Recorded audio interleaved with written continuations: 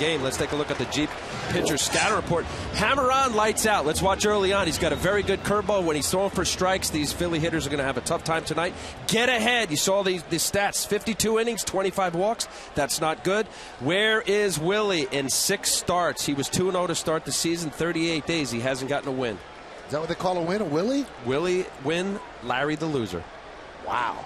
Let's do it here at the stadium as that one is swung on and driven to right field. And that one is gone. One pitch. See ya. 1-0 Phillies.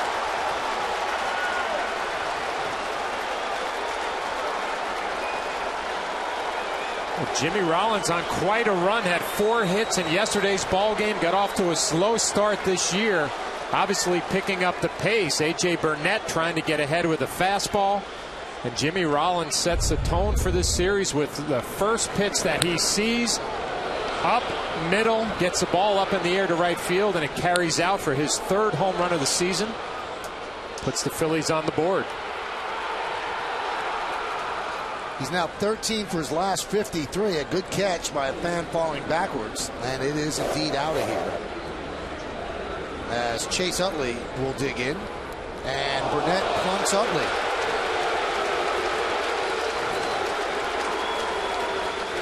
Now in old-time baseball, that happened a lot. Somebody hits a home run, you move inside.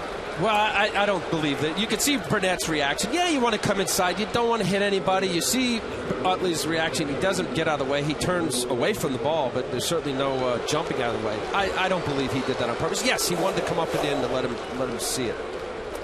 And certainly with Ibanez and Howard due up, I don't think that you'd want to put a guy on base.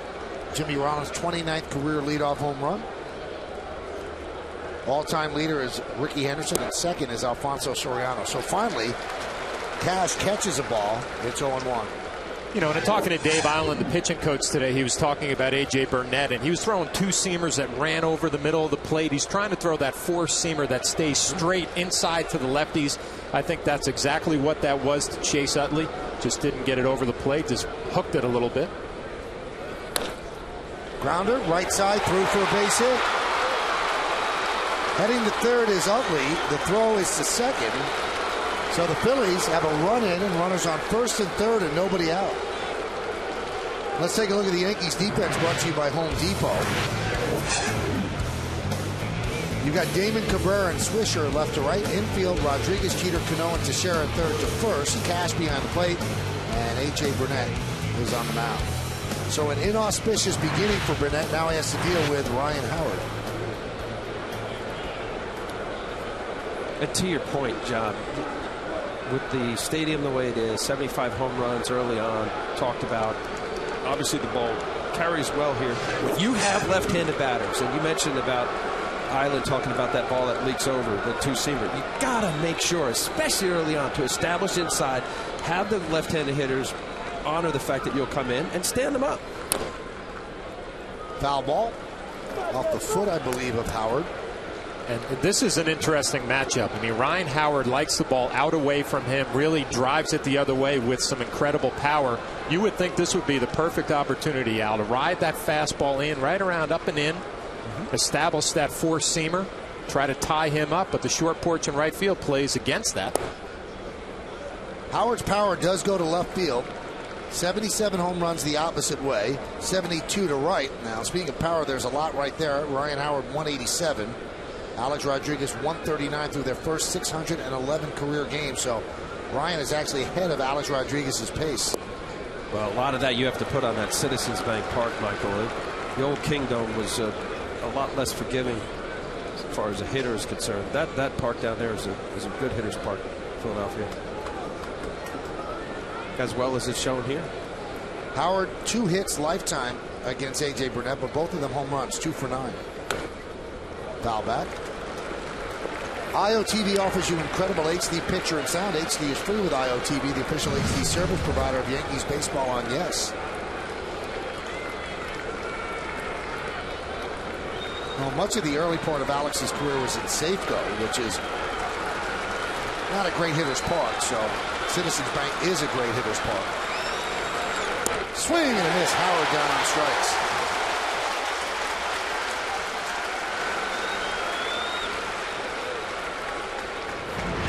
Let's take a look at A.J. Burnett attacking Ryan Howard. Misses with his location away on the fastball. Backs up a curveball. You see backing up. Two-seamer running away, just missing off the plate. Elevates with a high fastball, beats him, and then that good, hard power curveball. We watch early in the game when A.J. Burnett has that curveball on. It's a good pitch for a guy like Ryan Howard who does strike out a lot, has the power. As John was saying, he's got tremendous power to left center field. You can expand as he just did there. Here's Jason Worth. And there's a strike. Home plate umpire is Mike Winters.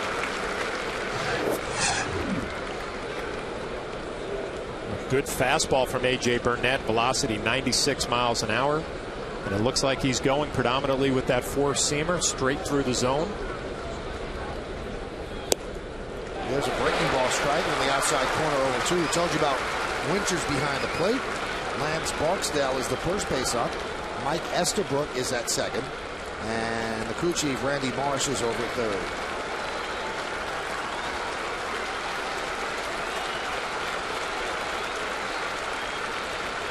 And the 0-2. Swing and a miss. Got him. Slider. Diving down and away. 2 outs. Well, it's a beautiful night here in New York City. Let's look at the game time weather conditions presented by Bigelow Tea. 81 degrees, humidity 40%, wind 13 miles per hour, and the forecast is for mild and somewhat cloudy.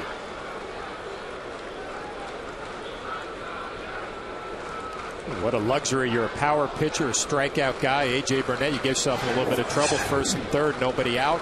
Back-to-back strikeouts. Be a huge momentum shift for A.J. if he can get out of this inning only giving up the 1 run. Here's Shane Victorino. Foul back. You know, and that's exactly what the Yankees have missed in the last few years, of having that dominant plus arm that could get strikeouts. The swing and miss stuff, they really haven't had it. And the swing and miss stuff is an electric second pitch or a plus fastball, as A.J. Burnett has. Certainly CC Sabathia possesses that.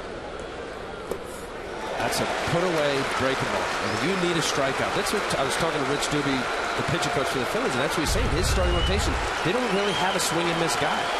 Just a power curveball. He spikes his finger on his hand, and that's on. He's nearly unhittable.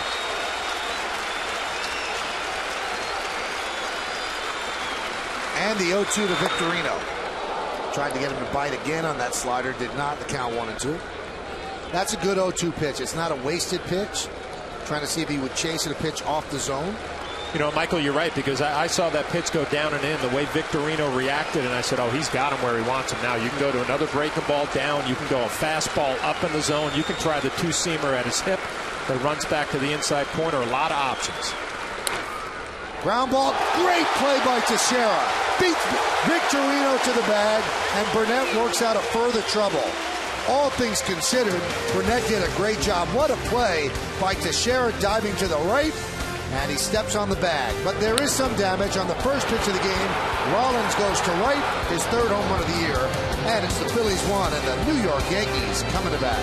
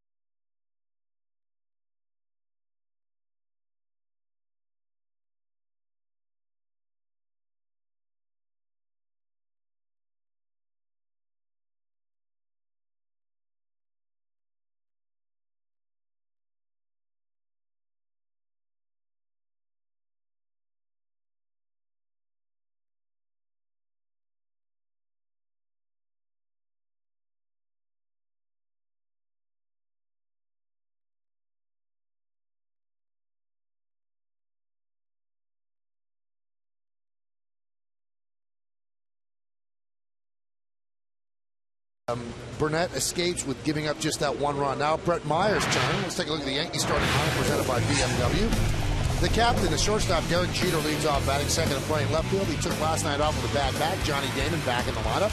Mark Teixeira at first, Alex Rodriguez at third. Hideki Matsui will DH. Batting sixth and playing right field, Nick Swisher. Robinson Cano, the second baseman, will hit seventh. You see what he's done the last 4 games. Melton Cabrera in center. Kevin Cash will catch. He'll bat ninth. Brett Myers on the mound, 28-year-old, #1 pick in 1999 out of Jacksonville, Florida. You see his numbers. He's coming off his 2 best consecutive starts. He beat Washington 7 innings, 3 hits, and 2 runs. Let's take a look at the Jeter pitcher's scatter report. Vulnerable to the long ball. 12 home runs in his 8 starts. Left-handed batters are batting worse than right-handed batters, which you would think right-handed right, that wouldn't be so. An amateur boxer. When he was 12, 13 years old, he was actually an amateur boxer. He was 12-0 with 10 KOs. His dad, Phil, was a promoter and trainer for Michael Spinks and Larry Holmes. And now one gets behind Jeter. Now there's going to be a warning. That was for hitting Chase Utley. So Jeter gets the ball thrown behind him, and now we've got ourselves a series going on. Well, you like the fact that home plate umpire Mike Winters, you can see the pitch clearly behind Derek, gives the warnings. Now you're both warned. Now let's play baseball. Take care of it out on the field. Well, and I said A.J. Burnett, I don't believe he hit Utley on purpose, but to me that looked pretty obvious. Major League pitchers are pretty good with their command. Hit sharply and off the glove of Rollins into left field. So he rattles Jeter's cage, and Jeter hits a blistering one-hopper past Rollins. Well, that's got to feel pretty good if you're Derek Jeter. You get one thrown behind you. The best way to answer that, take the next pitch and drill one right at Jimmy Rollins, a shortstop. Can't make the play. That's got to feel pretty good for Derek Jeter.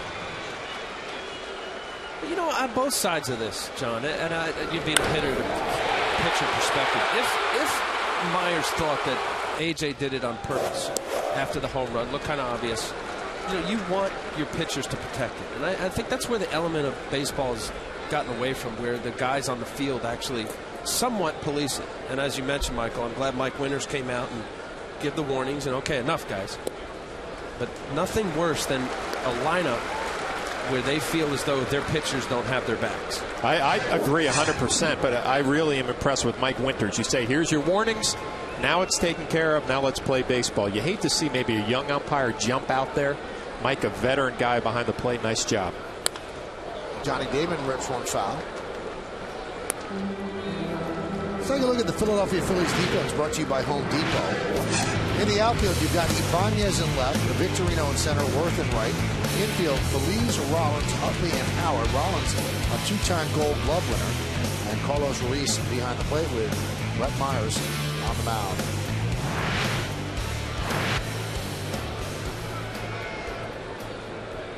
Their defense, Michael, you mentioned the pitching staff, starting rotation. Brett Myers is really about their best swing and miss pitcher. Joe Blanton has been coming on. Jamie Moyer's, a veteran pitcher that doesn't throw very hard. All along with Cole Hamels, who's come back from an injury. He seems to be getting on track. But their defense is the best in the National League, 13 errors. So even though they've been getting peppered, the starting rotation, especially, their bullpen is 4th in the National League in ERA. They're catching the baseball. There's Jamie Moyer, young 46-year-old. 2-2. Yeah, I guess it's a pretty simple formula in Philadelphia. You hit the ball out of the ballpark, you slug with anybody, you catch it, then you rely on your bullpen late. Johnny Damon takes his swing, follows through, and hits Ruiz, the catcher in the mask. No harm, no foul.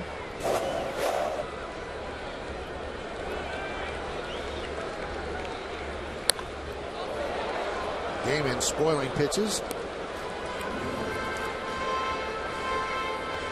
That's what you're spoiling pitches. That's what makes a guy like Johnny Damon so tough.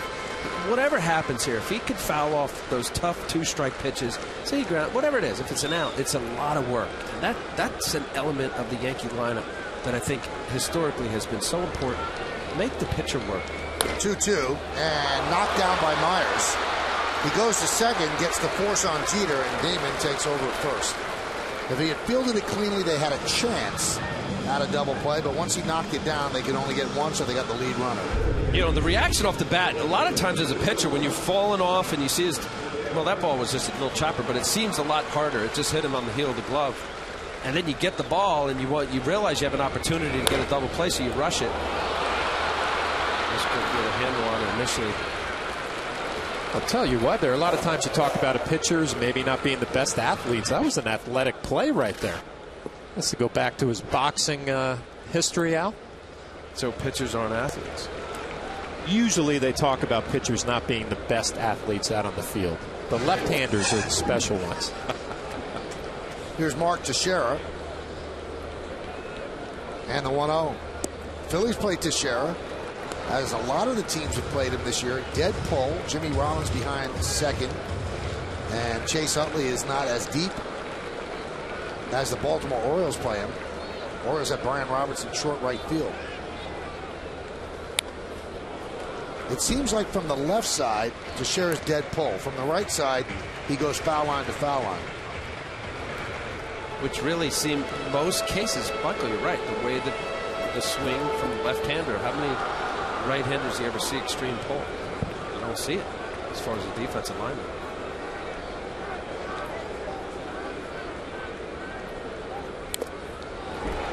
Just got a piece to stay alive. 15 for his last 34. Shorter period, 12 for 26. Teixeira's been really hot during this winning streak, and he's been really hot since Alex Rodriguez moved behind him in the lineup. Well, that's it, Michael. You have that protection right now. Brett Myers knows that Alex is on deck. Not that you pitch defensively purposely, but if you know that there's a guy that you can handle more easily and you get in a bad count, 2-0, 2-1, 3-1 count, play off the aggressiveness of a guy like Teixeira, and he ends up swinging at the pitcher's pitch.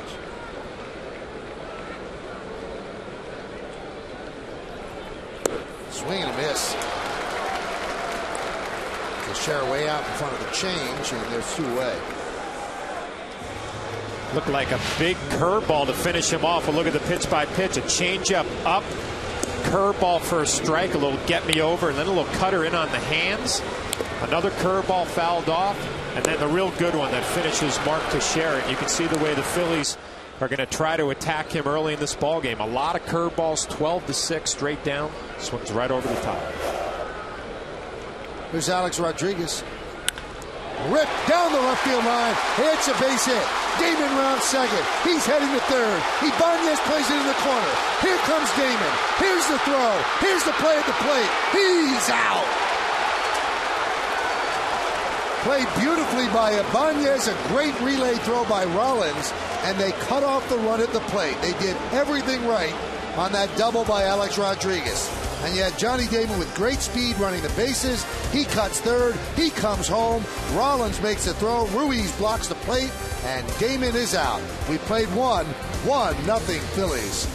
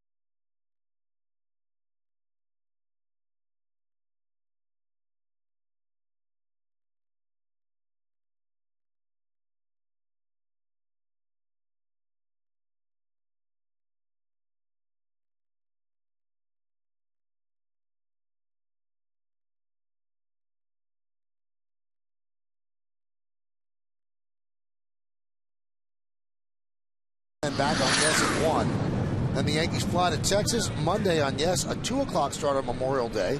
Then Tuesday, my 9, 8 o'clock, and then also 8 o'clock, but Wednesday is on Yes. After that, the Yankees head to Cleveland for a 4-game set. And Matt Stairs fouls one back. 1-0 Phillies. An exciting first inning.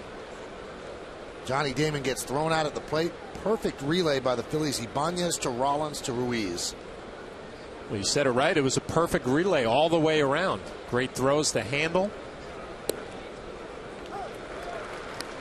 Ibanez gets a lot of credit for his offense, but does a nice job here. Perfect throw to Rollins, then watch a short hop, perfect to Ruiz, and a nice tag. It took 2 perfect throws to get Johnny Damon.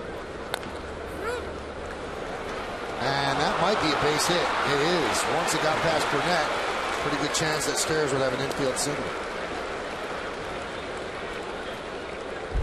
Well, for A.J. Burnett's sake, this is, you hate these hits. Reaching out, couldn't get it. Didn't matter. I think it was hit slow enough. Even though Matt Stairs is not the most fleet-footed, where Robbie was playing, I don't believe he would have gotten him anyway. Just the whole, not how hard you hit it, where you place it. Hustler through the bag, a veteran player, been around a long time.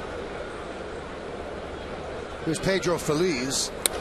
Swings at the first pitch and lofts it to right field. Nick Swisher's there. 1 out.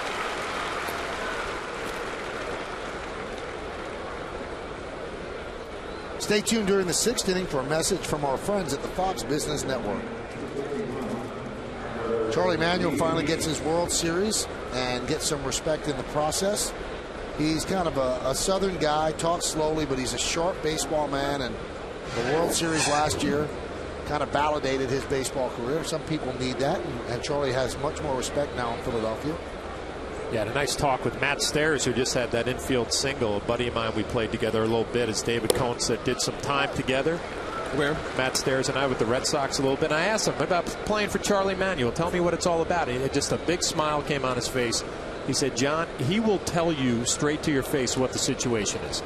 He's not going to play any games. He's not going to lie to you. He's going to tell you exactly what is expected.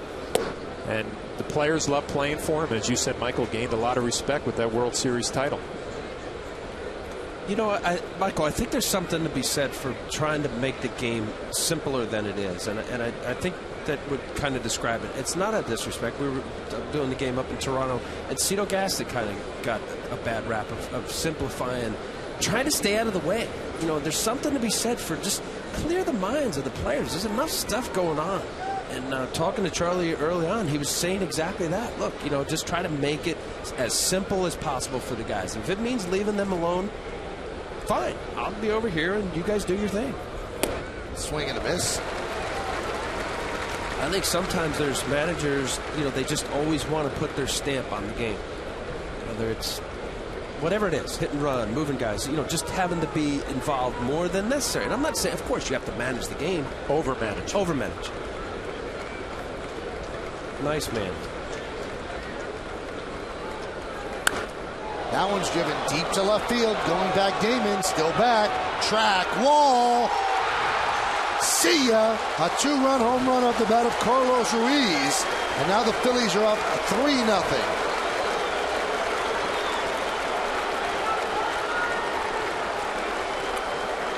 First home run for Ruiz. Well, it's disappointing if you're A.J. Burnett. You make a mistake. See Kevin Cash setting up away. And it's a fastball that ran from the outside corner in. And Ruiz, known more as a defensive catcher, doesn't have a lot of power, but gets under this one and carries out to left field. Mislocation by a full plate there on a 1-2 count when he was ahead of him and a chance to put him away.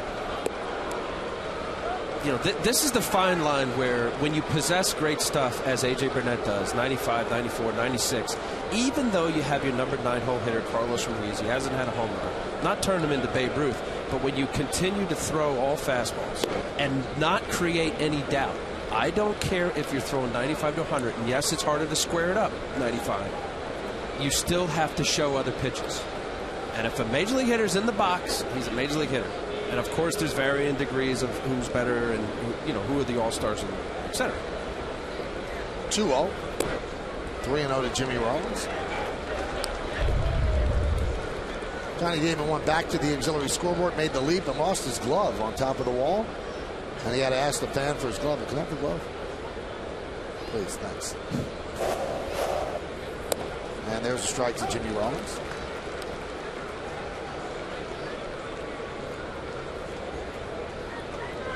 Early on it, Flash, I don't know if you see that, the scouting report on AJ is that jump on a fastball. When he gets to his breaking stuff, he's awfully hard to hit. You can see that ball just running, leaking away from the lefty, getting underneath it a little. Yeah, but Al, isn't part of the problem is the location of the fastball, not that it's a fastball. That's what I'm watching right here is Dave Island's going to go out and have a little chat. You talked to Dave before the game. He said, we're going to go more four-seam fastballs, which are going to be straight and true. Watching those 4 or 5 pitches to Rollins right there, they're all moving away. I think he's going with the four-seam grip, but he just can't locate. And like you said, Al, probably coming underneath it and pushing a little bit, and that's why that ball's moving that way. Which is usually the case. Your hand gets a little off center, you're going to get what I call a leak or a run to it, as opposed to on top. I hear you, Michael, and I agree. 95, if you could locate it like a Mike Mussina or Roy Halladay, last week, the start of the Yankee run, 10 starts ago, Roy Halladay had a great start against A.J. Burnett up in Toronto, throwing in the upper 80s, low 90s. But if you're missing with your command, even if you just throw a little wrinkle for a ball, just something else to offset that 95 missed location. It's the Utley's outside. Just to keep the batter off balance. Just off balance. And so even if you miss with location, you're not going to get killed. That's right. Because now there's that little bit of, is he going to throw another curveball? Even though you spun it up there, maybe it's a high or in the dirt. It just, you get the hitter rocking back and forth, meaning out in front of his front leg or not. 1-0. Served the other way, and it'll dunk foul and bounce into the seats. Tell you what, if I'm a left-handed hitter for the Phillies right now, I mean, you just have to look middle away because A.J. Burnett is not showing he can throw the ball inside for strikes. A guy like Chase Utley, if you give him one half of the plate that he can look for the ball, obviously going to be very dangerous. Even though Raul Ibanez is having a tremendous year, this guy to me is the hardest hitter to get out in this lineup. He really doesn't have a weakness. He thinks along with the pitcher, recognizes what the pitcher's trying to do to get him out. And as you even saw with that little slap to left field, almost got a little double inside the left field line. He has that kind of coverage, and he's got tremendous power. So it's really a lethal combination. 11 home runs, 300 hitter. And his success this year has to hearten the Yankees and Alex Rodriguez because he had the same surgery as Alex on the hip during the offseason. And Alex has actually spent a lot of time talking with Chase Utley, what to expect, not to have any surprises, how to rehab the injury. And Utley's success, again, buoys the spirits of Alex Rodriguez and the Yankees because it can be done. Runner goes, swung on a miss, to throw to second. Jimmy Rollins has a stolen base.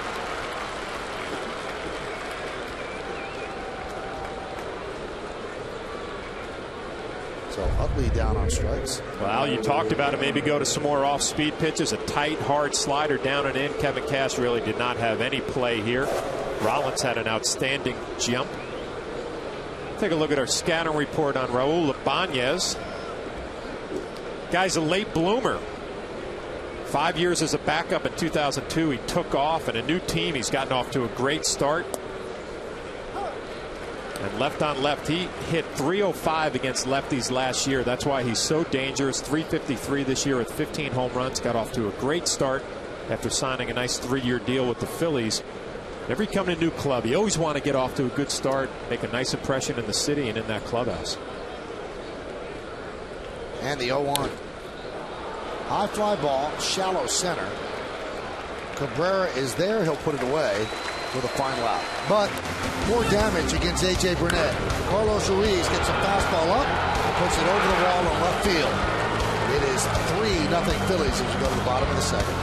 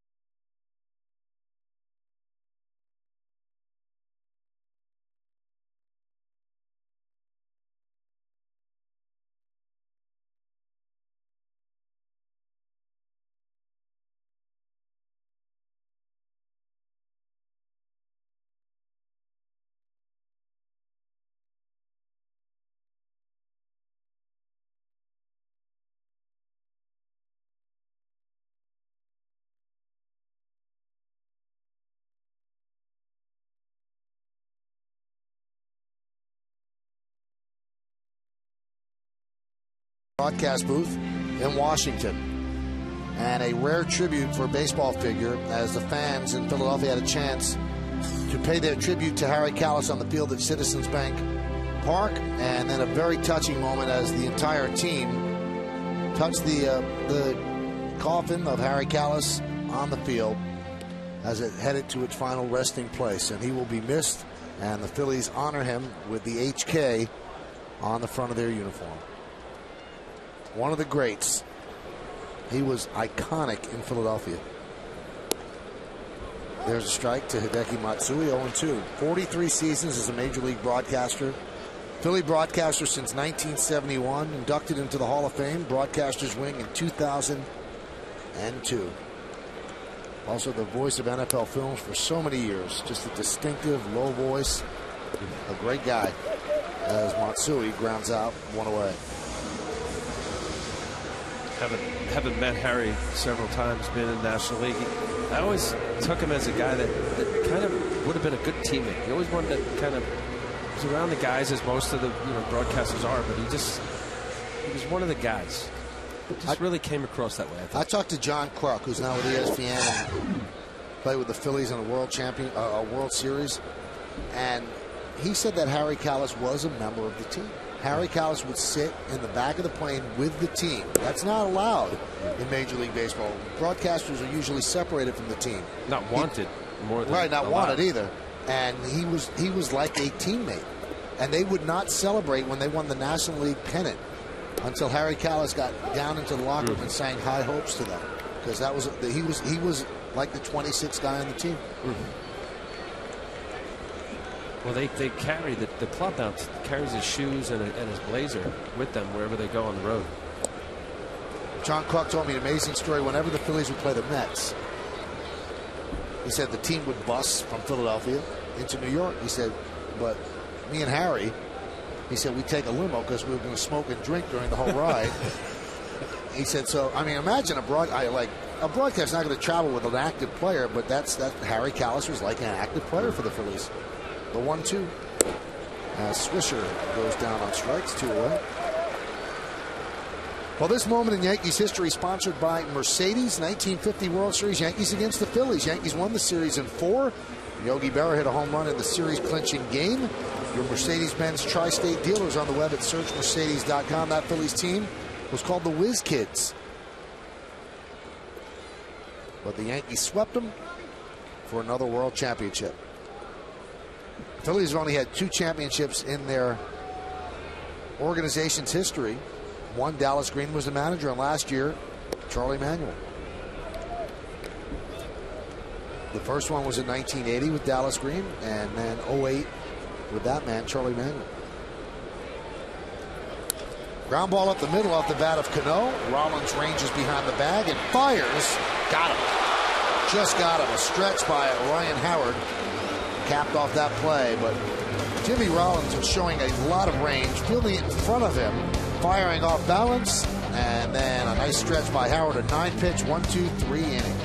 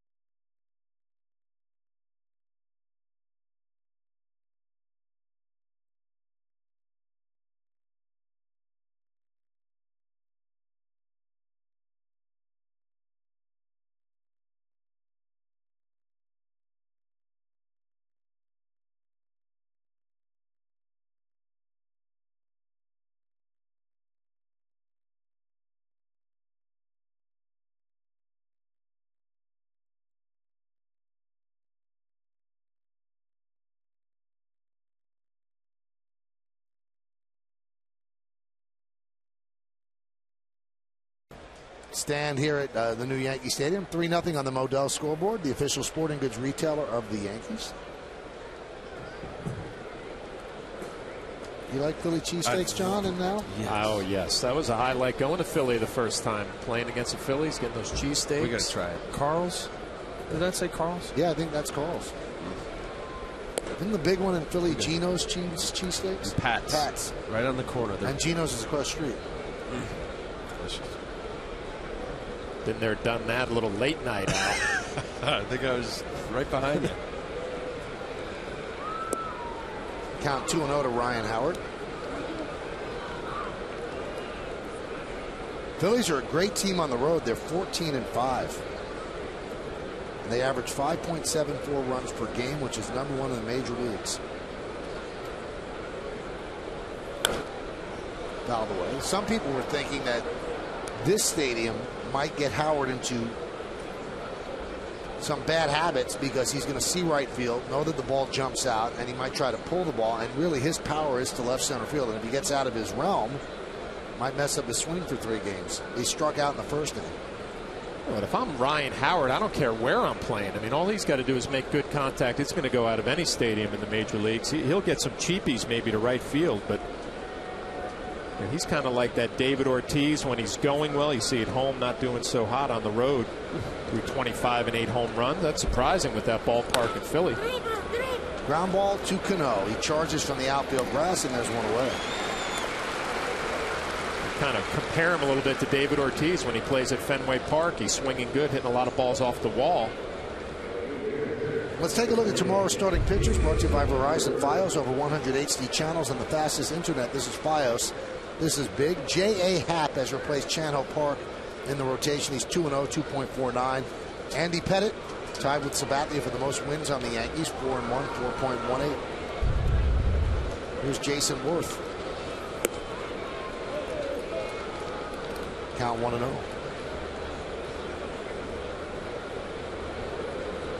Happ, who had a very good spring training, coaching staff just wanted to go with Chan Ho Park. Fly ball center field, and Cabrera puts it away. 2 outs.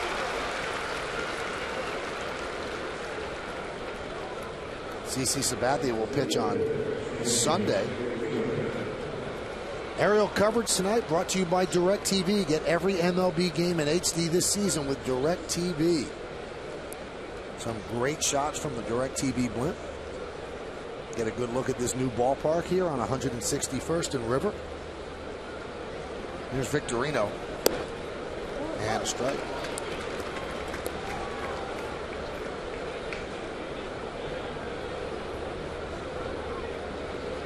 There's the Harlem River, the old stadium. Bronx Terminal Market. Across the water to Manhattan. A lot of traffic getting out of the city today, Mike. And there's a jam-packed Yankee Stadium. Holiday weekend, Memorial Day weekend. People headed to the Hamptons, the Jersey Shore, and Yankee Stadium. I'm going to make you jealous, Al. You ready? Going to see Springsteen tomorrow. Where? At his house. At the Izod Center in the Meadowlands. Oh, that's fun. Yeah. Who you taking?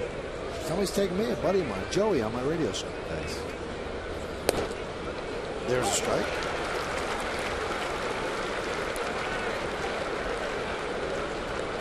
Should I tell Bruce you said hi? Would you? Are you going to talk to him? No, I have no chance. Tell you, Bruce could play every day, I think, around here, and he'd sell out. And the 2-2. He announced yesterday he's actually going to play the last concert ever at Giant Stadium at the beginning of October. Need Al to get us some tickets for that one. He could get us backstage passes. Really? Al actually sank Rosalita on stage with Bruce Springsteen. Giant Stadium, October. Yeah, work on that, will you? Get back to us. Putting in a request right now, yes. Yeah, we'll all go as a group. The 3-2. Hit sharply and grabbed there by Teixeira. He caught it on a fly, and that's going to do it. 1-2-3 inning for A.J. Burnett. There's Giant Stadium. And that's where I'm going to be tomorrow.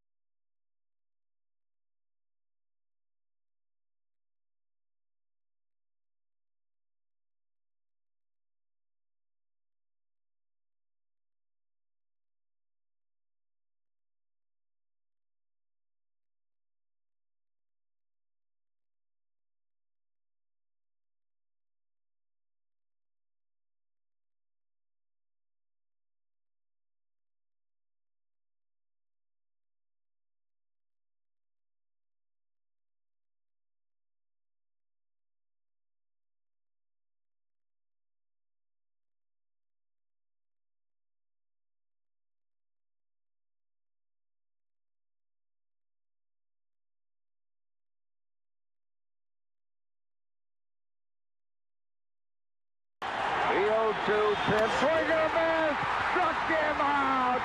The Philadelphia Phillies are 2008 World Champions of Baseball.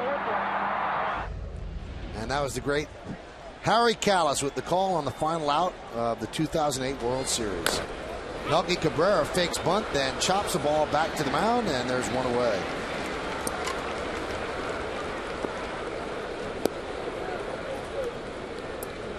I don't exactly know what Melky was doing there. I guess he's trying to get the infielders in. Yankees are trailing this one 3-0 in the bottom of the third on the Modell scoreboard. Modell's the official sporting goods retailer of the Yankees. Well, you mentioned that Brett Myers has been pitching better lately. It looks like his velocity might not be where we remembered it in the mid-90s. Has a good curveball tonight, spotting the fastball. You're right. Here's a guy that a few years ago, he actually stepped in as a closer a couple of years ago to help the team before Brad Lidge showed up, which really, I think, helped solidify everything about what Pat Gillick and that front office did to create what they experienced last year in the World Championship. Brett Myers came back to the rotation, but when you have had thrown in the past with greater velocity, and then you start seeing 88, 89, 90, which is respectable, and you can't help but turn around and look in these stadiums now and see what you're throwing, you end up becoming bat shy, and that's what he did earlier in the year. And he was getting in bad counts. Popped up to shallow right, and Utley is called off by Worth as Cash is out for the second half. Talking with Rich Doobie, the pitching coach for the Phillies, he said, now he's starting to attack more with his fastball. And, if you can profess anything as a pitching coach or somebody to try to help somebody, you have to use your fastball. We saw that with Mike Mussina last year. 20-win season, he's throwing 85 miles an hour. He used his fastball. Jamie Moyer, albeit isn't pitching great this year, he won 16 games last year with an 83-mile-an-hour fastball. So to offset all of your other stuff, you have to use your fastball. That's a great point. If you watch his body language tonight, Myers, it looks, to him, he looks like he's throwing 95, real confident. Good cutter there, 85 miles an hour. But it amazes me when you see he looks right up at the velocity. What was that pitch? 85. It cracks me up when I see the pitchers checking out every pitch. How hard was that? Guys are a different breed. I stopped looking. Once I went under 90.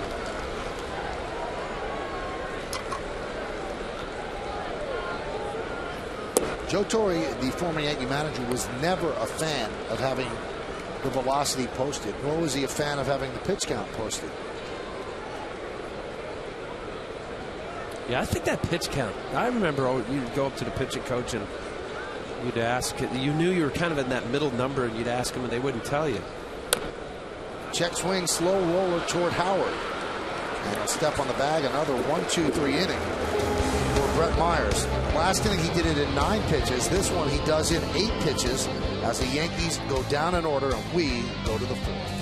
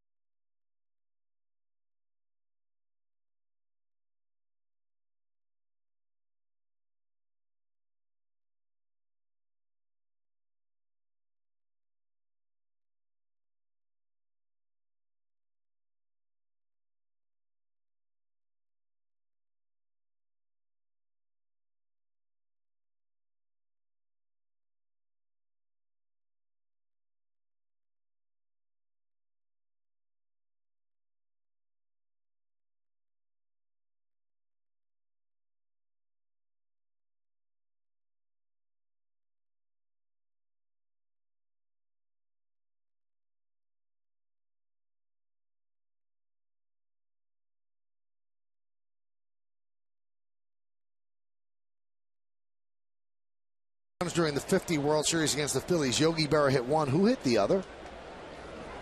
We'll find out in the bottom of the fourth.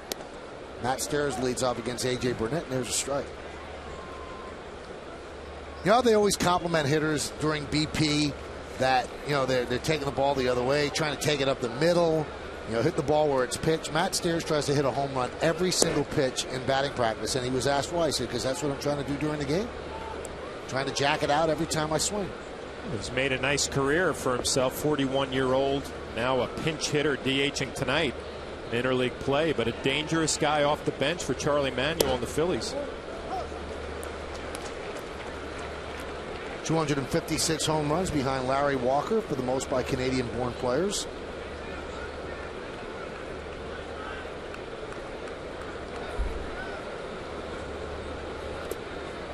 Well, to hit to that point, Michael, he had 2 hits prior to that base hit number off of Burnett.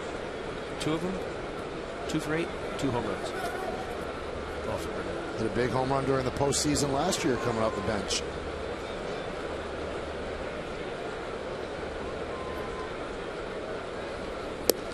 Big cut, and he goes down swinging one away.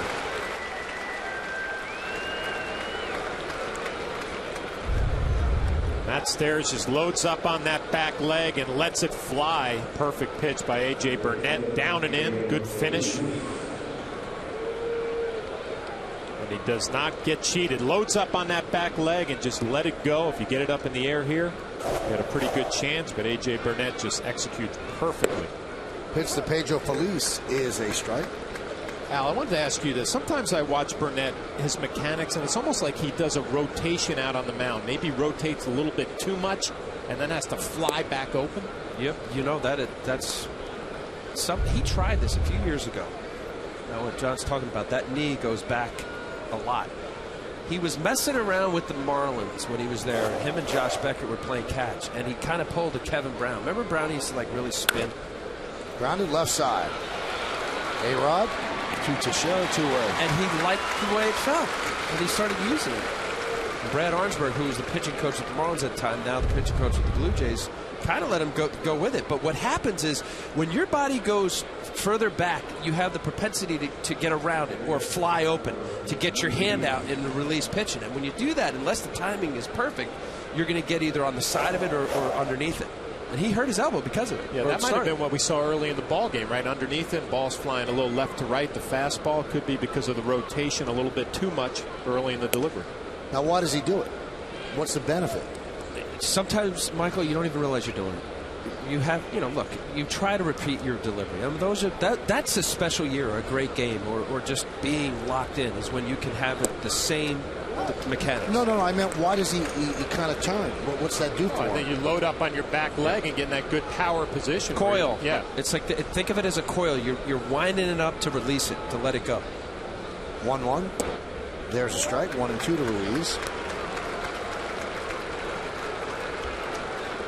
Ruiz with a 2-run home run in the second inning off Burnett. 2 home runs for the Phillies, accounting for all 3 runs. First pitch home run in the first inning by Jimmy Rollins. And then Ruiz's 2-run shot. And the 1-2. Lined into right center field. It is a base hit. Melky Cabrera fields out there, gets the ball in. So a 2-out single for Ruiz, who's 2 for 2. Ruiz has done his damage with 2 strikes tonight. A.J. Burnett again tries to go with the fastball away. It runs back middle of the plate. And this time Ruiz just stays on and drills it to right center. A.J. Burnett has had his opportunities to put the catcher away and has not finished them. And now has to deal with Jimmy Rollins. Rollins with the home run and a walk and a stolen base. Till about a week and a half ago, he was hovering around the Mendoza line. For those that aren't familiar with that, Mario Mendoza used to be a shortstop, light-hitting shortstop, who had a hard time hitting 200. So that the 200 level is called the Mendoza line. And Rollins, who, you know, former MVP, should not be hitting 200, but he's taken off. He's got the average up to 238 now.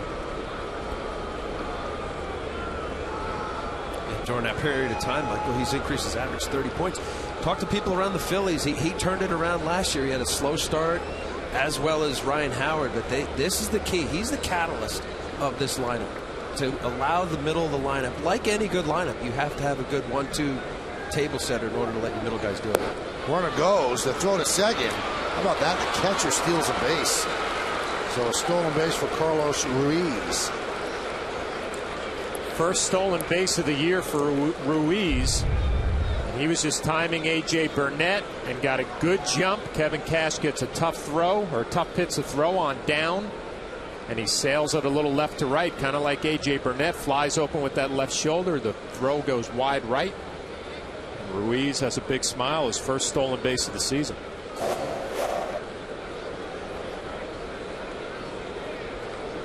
Two-one. 2-2. First stolen base since July 18th of last year.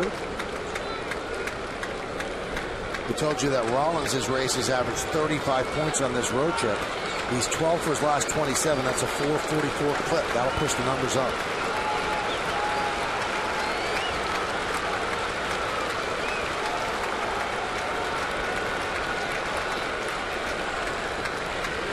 Swing and a miss. Got him on a breaking ball, diving down and in. No runs, a hit, no errors, and one man left on base. We played 3.5 here at the stadium as Jimmy Rollins swings and misses, and the Phillies lead 3-0 on Yes.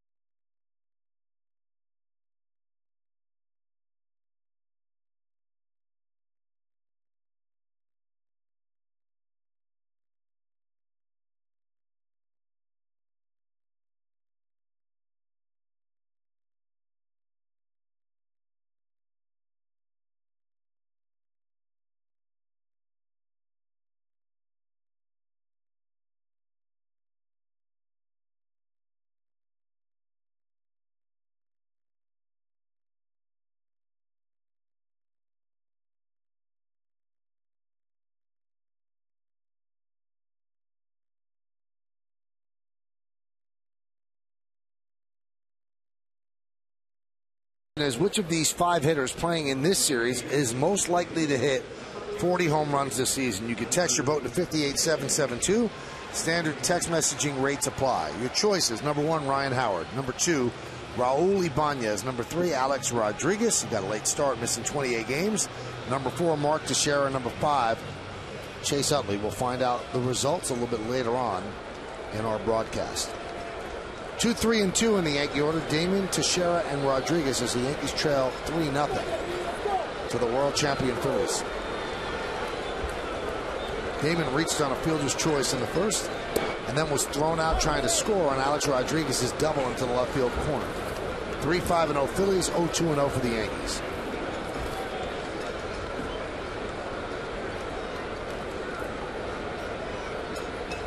Damon missed yesterday's game because of a sore lower back, which he thinks he hurt running into the wall in left field, but only shut down for 1 day. It was interesting talking to Kevin Long, the hitting instructor today. He told me the short porch in right field really benefits Johnny Damon, obviously because he gets some home runs out there, but it's actually a good thought for him pulling balls at Yankee Stadium. It makes him get his front foot down a little bit earlier. And he said it's just been a great benefit to him this year. One of the reasons he's gotten off to such a hot start. You very rarely hear a hitting instructor say a short porch is a good thought for a hitter, but he really believes Johnny Damon, it just makes him think about pulling a little bit more, which makes him get his front foot down a little bit earlier. The end result is a red hot start. Right back to Myers. Nice stab by him, and there's one away. Time for the answer to the New York State Smokers Quit Line Quiz. It involves a 1950 World Series between the Yankees and the Phillies. Yankees hit 2 home runs in that series. Yogi hit 1. Who hit the other? And the answer is a brand name, Joe DiMaggio, off a brand name, Robin Roberts, in Game 2. Here's Mark Teixeira, and he serves it the other way into left field for a base hit. Cutting over is Ibanez, and he'll get the ball in quickly. So he goes against the shift and serves it to left for a single. Seemed like maybe he went against a scouting report, too. A lot of curveballs to Mark Teixeira's first at bat. He gets a first pitch fastball here, and it's up. And a nice piece of hitting, just stays right on it, slaps it the other way. A lot of breaking balls at first at bat, first pitch fastball. Mark Teixeira did not let Myers get to the curveball. He's on first base with a base hit.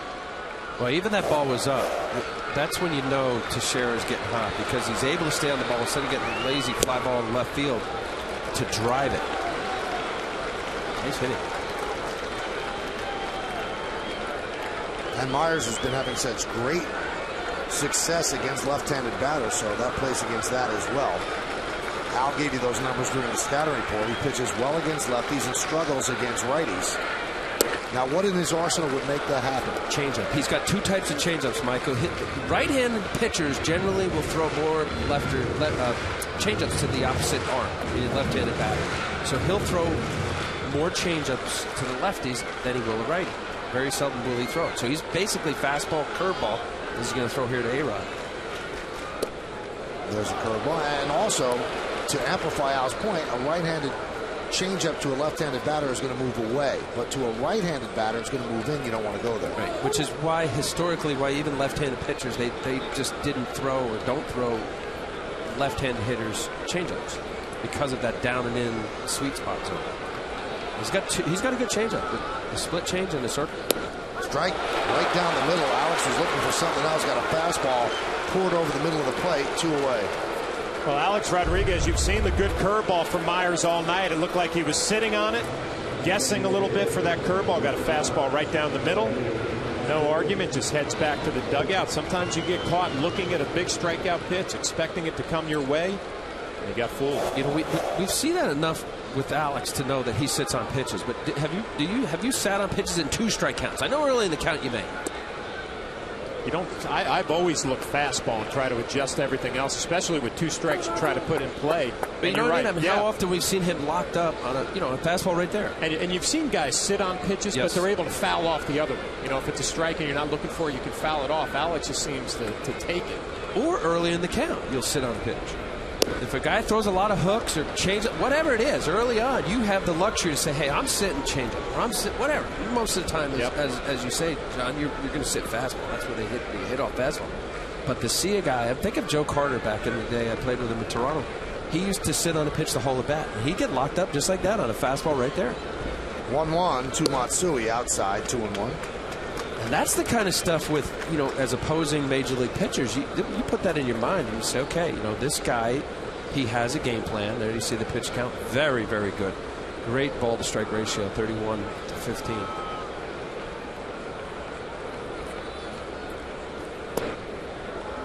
Now that little peek up that you get from Ruiz there, is that simply I'm seeing if Matsui's looking at the sign? Yeah, you always just kind of look up at the hitter maybe to see if you can see something in his facial expressions, or maybe is he moving his feet a little bit? Did he switch in the box? Is he looking back at my signs? That's usually never a problem with major league hitters. Not a lot of peeking going on, but it's more just to get a feel for the hitter. Did you ever catch anybody peeking? In the minor leagues. In the big leagues, very, very rare. And do you say anything? Oh, yeah. Just make a nice comment. I see what you're doing, and, Joe Girardi said, excuse me, Al, that's a good way to get hurt, something like that. You just plant the seed, and usually it goes away. The peeking happens after they set up, Michael. They'll set it. He'll get a sign, and then if they go away or in, depending upon location, sometimes a guy will get a little peek. Runner goes, and that one's dribbled slowly towards short. Barehanded by Rollins, and he can't make the play cleanly, so that's an infield single for Matsui.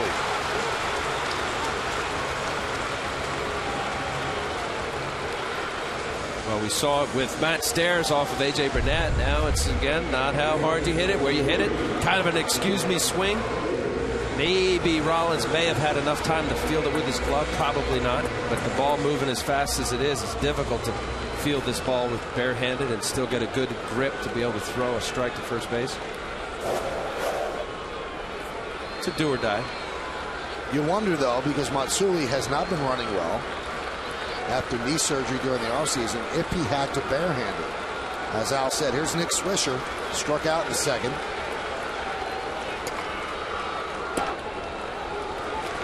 One and 0. That's Matsui's third infield hit this year.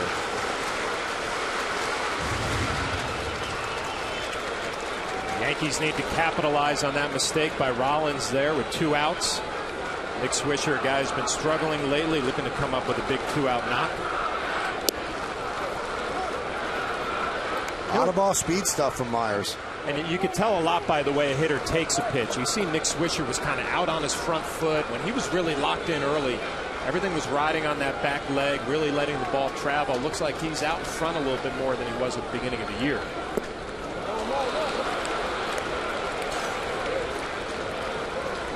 That's a pitch right there, Michael. This is a changeup. It actually has a little cut to it, but this ball is supposed to be down the way. As John just said, Nick being out in front of that 1-0 curveball comes back with another off speed. He can go 2 places now. Elevate high fastball, make him chase, or come there with something soft in the dirt. The importance of being ahead or behind the count. Grounded to second base. Utley's there, and Swisher is out, leaving 2 runners on base. No runs, 2 hits, no errors, and as I mentioned, 2 runners left. 4 in the books here at the stadium. 3-0 Phillies.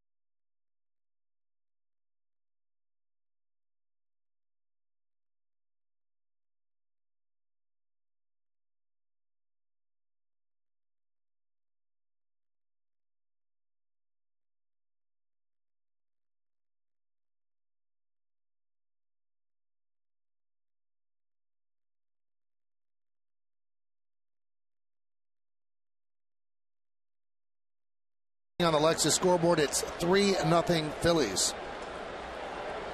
How's that, huh? Mets, Phillies, Yankees, Red Sox. It's one of those rare weekends where Yankee fans have to root for the Mets and Met fans have to root for the Yankees. Good stuff. Pitches upstairs to Utley. By the way, Al was so inspired by our talk about cheesesteaks that he went out and got one, or had somebody go get him. Yeah. Carl's.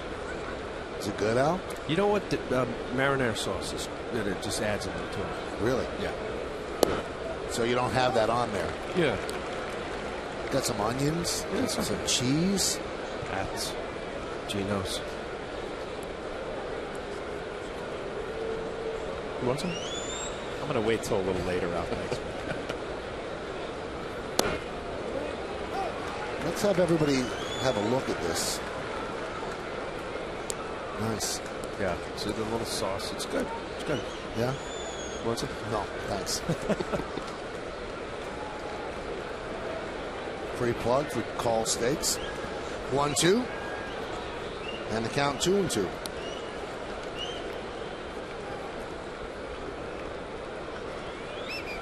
It'll be Utley, Ibanez, and Howard. 68 pitches for Burnett as he starts the 5th inning.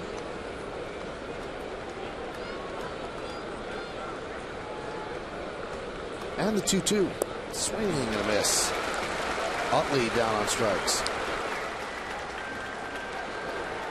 6th strikeout for Burnett. When he could get to the curveball, I mean, you see it. And the Yankee fans have been seeing hit this devastating 12-6. Excellent spin on his curveball.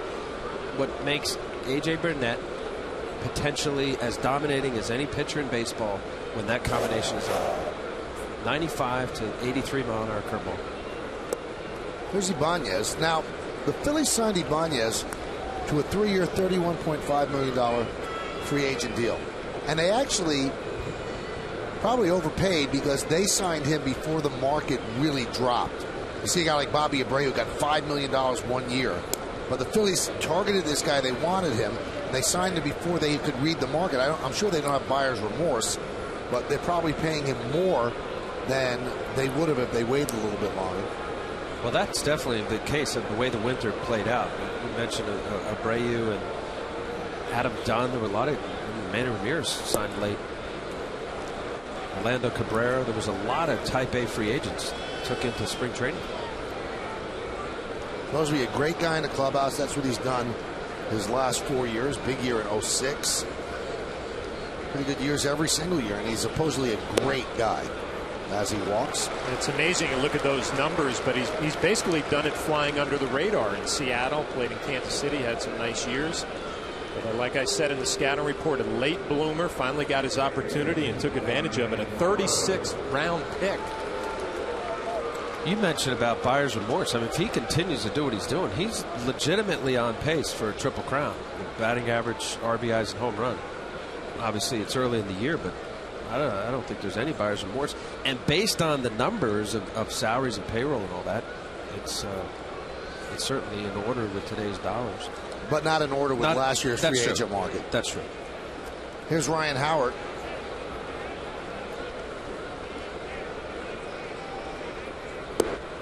Essentially what the Phillies did, they made a decision. They traded Pat Burrell for Raul Ibanez. Both were free agents. They decided not to re-sign the right-handed hitting Burrell. And the one knock on the Phillies, well, you know what? You're going to have too many lefties. And you're going to stack lefties in the lineup as well. But Ibanez really hits lefties well. There's a strike. And Pat Burrell signed a 2-year deal with the Rays. He's not doing very well. He's on the DL with a bad neck. Well, you're right. Ibanez hit over 300 last year against left-handers. He hits the ball well the other way to left center. And hitting in front of Ryan Howard, not too shabby either. Going to see a lot of pitches, just like Mark Teixeira in front of Alex Rodriguez. 1-1.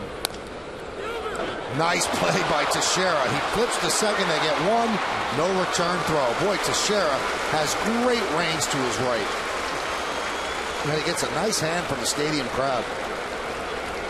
Mark Teixeira got off to a slow start this year at the plate, but in the field he's been solid since day one. Goes to his right, throws from the knees, doesn't have a lot on it, but it's a perfect toss to Derek Jeter. Not able to finish off the double play is a hard slide from Ibanez. But the first step to his right, and the good flip, accurate throw. Outstanding play. The Yankees have not seen defense like that at first since the end of the 01 season when Tino Martinez was there and then left as a free agent. And that's not a knock on Jason Giambi. Jason was not a great defender at first base and didn't like to throw the ball. His value to the Yankees was as a hitter.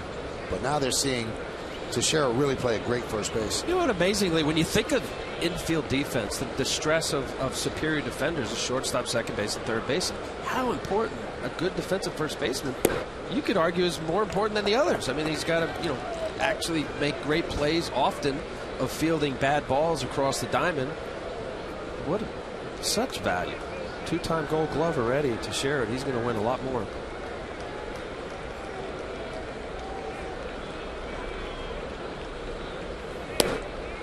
There's a strike. Somebody in the know in baseball just texted me and said if the Phillies had not signed Ibanez, there were 6 teams that were willing to sign him for the same kind of money. That's how valued he was on the free agent market last year. 6 other teams. That one's driven deep to left field off the bat of Worth. No chance for Damon. See ya into the second deck and left. That's the first time anybody's reached that.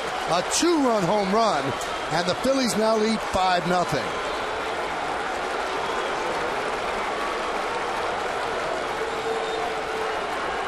A.J. Burnett has gotten himself in trouble tonight with the fastball, and more specifically with the location of the fastball. Kevin Cash setting up away. It ends up and in. A.J. knows it. So did Jason Worth, his 8th home run of the year. And as you said, Michael, a long one into that second deck above the Poland Springs sign in left field. That one is ripped into right field off the bat of Victorino, giving Chase a swisher. He can't get there. It's up against the wall. And now the flying Hawaiian goes to third. He's got a stand-up triple.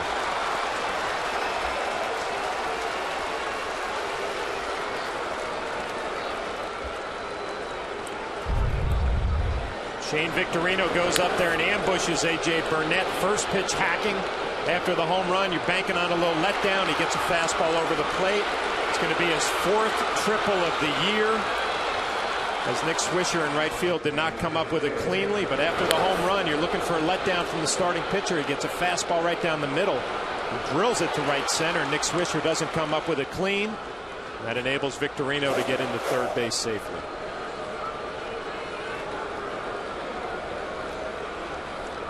Well, we talked about the 2 potent offenses here and what the Phillies have been able to bring to the table. And as you say, John, right now it's really a matter of missing A.J. Burnett, that is, missing with his fastball. And when he becomes predictable, he's hittable. Matt Stairs, a guy who loves the fastball. You'd expect a lot of off-speed curveballs and sliders here. Well, it's the first time Burnett has allowed 3 home runs in a game this year. And the last time he did that was August 12th of last year. Burnett has not won a game for the Yankees in over a month. There's a strike.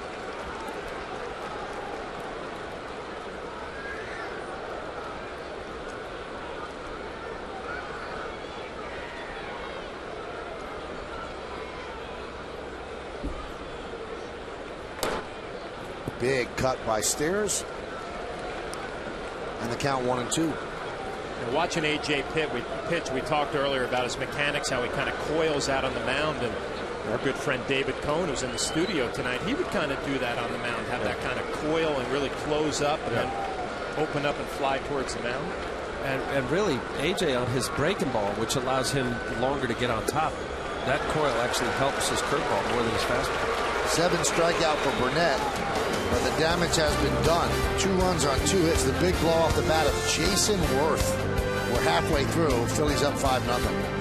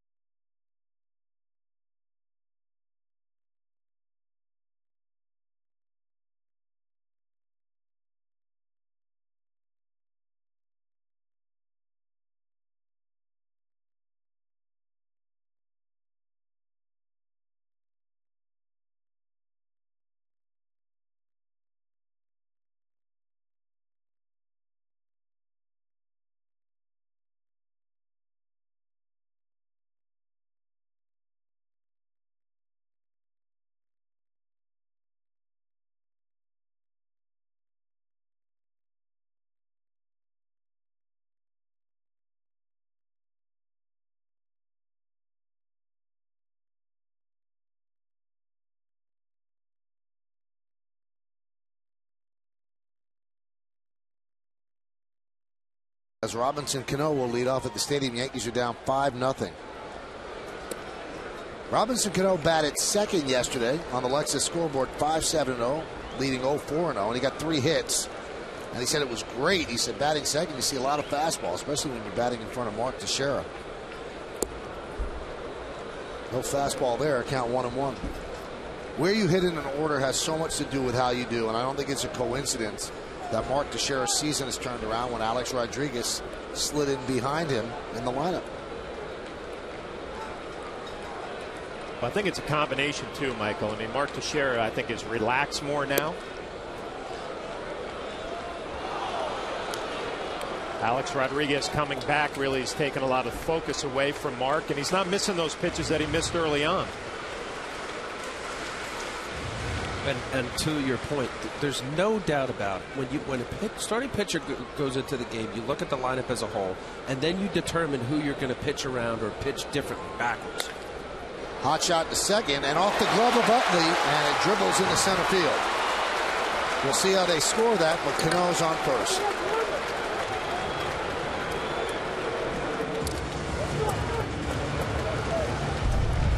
Hot shot from Robinson Cano, but this should be a play that Chase Utley should make, and it's going to be an E4. Was there plenty of time? Chose to go with the backhand instead of getting in front of it. It hits right off the heel of the glove.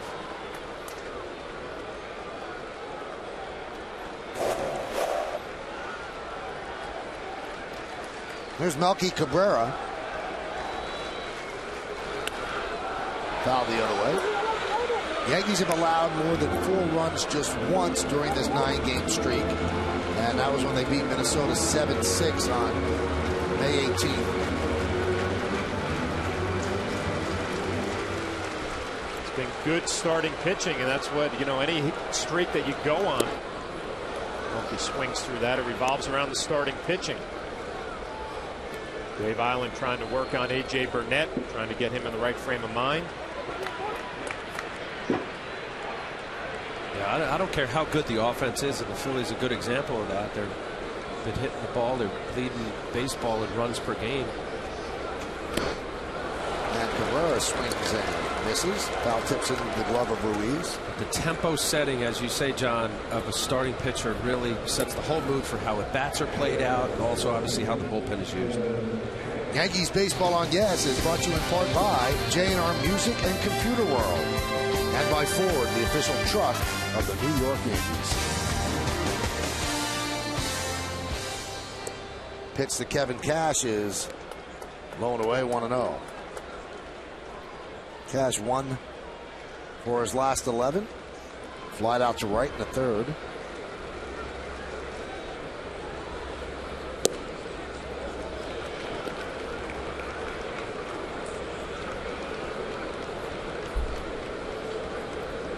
Here he's got a chance at 9-hole hitter. Just saw the batting average not good. He's looked for a fastball down the middle, let it fly. You're 100% right, Al, being in that situation plenty of times. When you foul off that fastball right now, you pull it foul, you're a little bit quick, and then you say, that was my one pitch that I was going to be able to drive this at bat. And you're still ahead in the count 2-1, but you're already beat a little bit because you know you got that fastball to hit, and you're a little too quick, pulled it foul. Foul back. This doesn't work out. We go back to those 2 pitches. Another good swing from Kevin Cash. When it's not going your way, you foul those pitches off instead of centering them and driving them.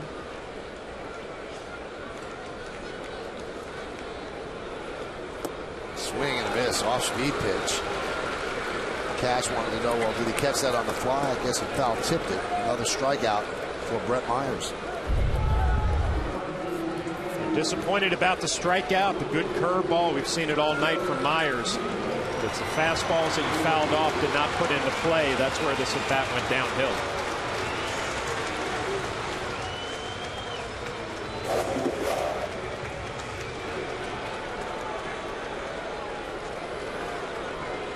Here's Derek Jeter, 1 for 2. Brett Myers threw behind Jeter in the first inning after Chase Utley got hit by Burnett following Jimmy Rollins' home run. And quickly after the ball was thrown behind Jeter, the home plate umpire, Mike Winters, warned both clubs. So if you throw at somebody again, you're thrown out. The manager's thrown out as well.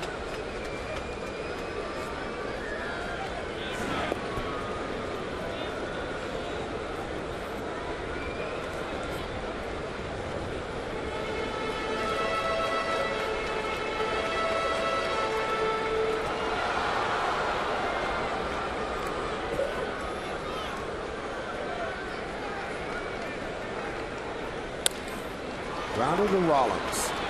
He goes the short way, gets the force at second, and that's going to do it. An impressive 5 innings for Brett Myers. No runs, no hits, 1 error, 1 man left. We played 5, and the Phillies have a 5-run lead.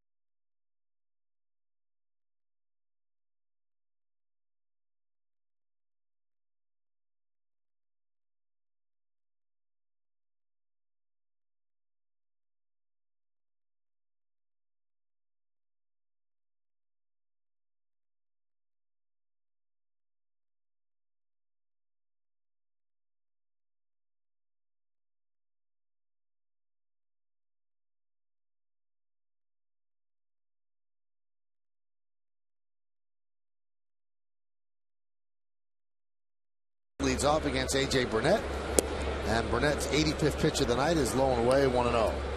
7 hits for the Phillies, 1 error by Chase Utley, 4 hits for the Yankees. They have not scored a run. Phillies up 5-0.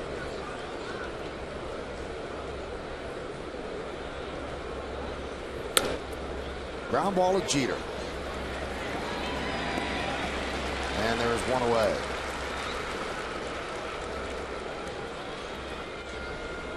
Yankees Baseball on Yes is brought to you in part by your tri-state area Audi dealers. Audi, the official luxury vehicle of the New York Yankees.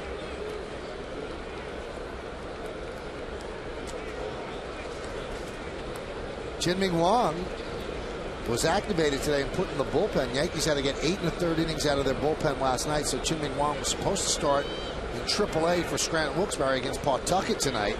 Instead, the Yankees have him in the bullpen.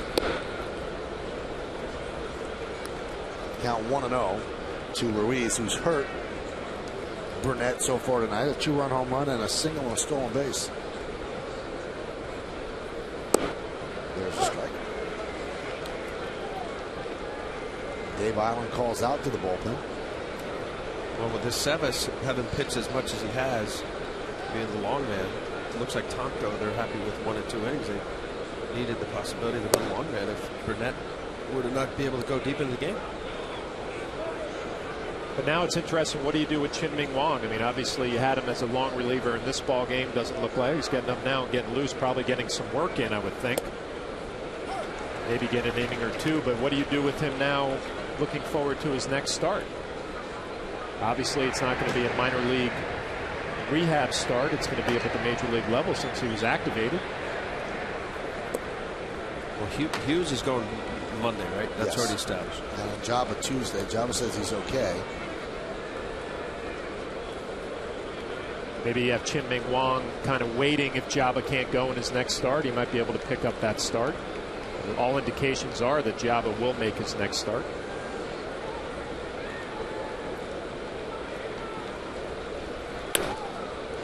Hit sharply foul.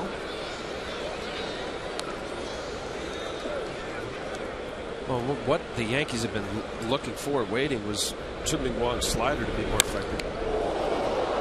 That was Adam Jones' hot shot off the side of the right knee. Good job. He stayed in for 2 more batters and gave up singles and then was taken out of the game. And how about that? Carlos Ruiz is 3 for 3 against Burnett.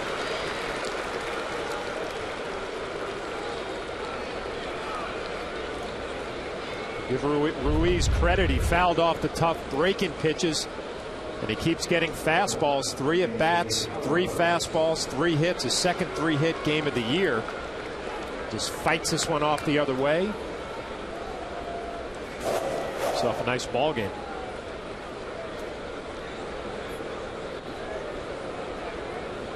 There's Jimmy Rollins, and he serves one to shallow left center. Damon comes on to make the play. And they're going to double up Ruiz. What was Ruiz thinking? He had to forget how many outs there were. There's no reason he should be that far off the base, and then Johnny Damon doubled them up. And you see Damon, and he is alerted that Ruiz is far off the bag. Makes the throw to Mark Teixeira, and a double play. Time now for a word from our friends at the Fox Business Network.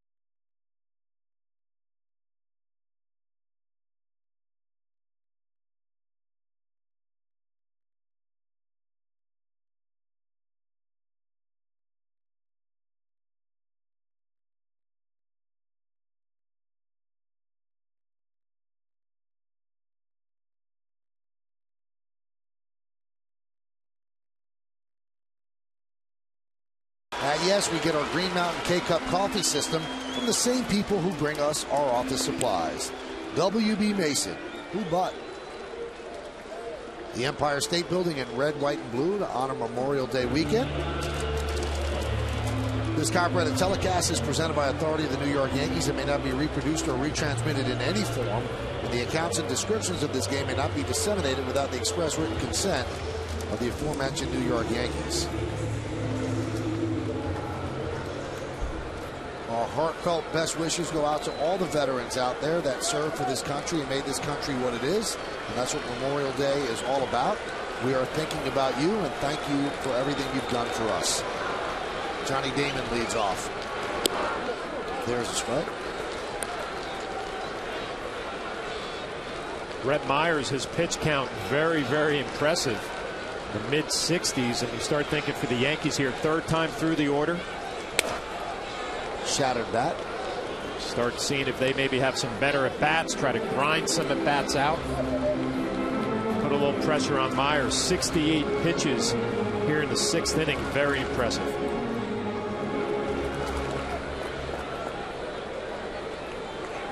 And just looking through these at-bats, he really just has changed speeds. Well, there's a changeup. A little cutter. Locating the fastball. He's used his curve. No walks. Aggressive Yankee hitters early on, especially their first time through the order.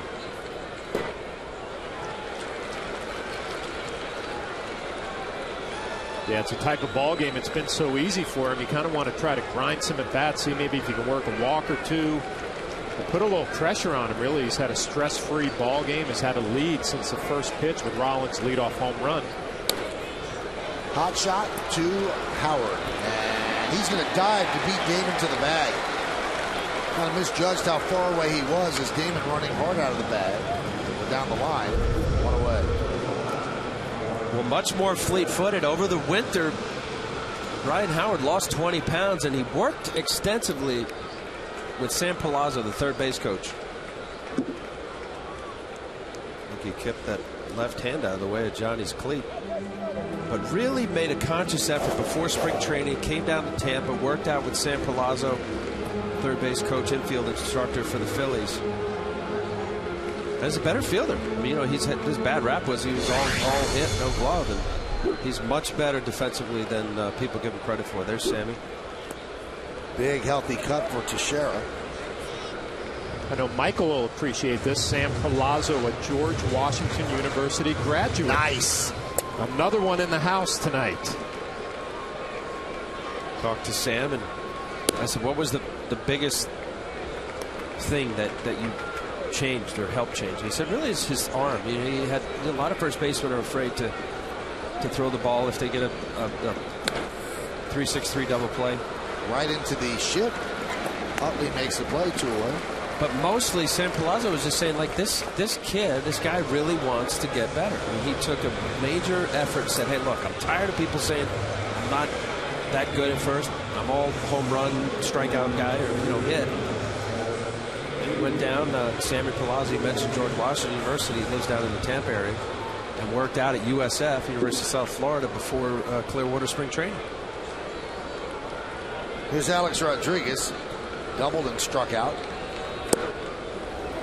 Yankees had their best opportunity to score in the first inning. Johnny Damon was on first. Rodriguez doubled down the left field line, but Ibanez to Rollins, Rollins to Ruiz, and they nailed Damon trying to score and the inning.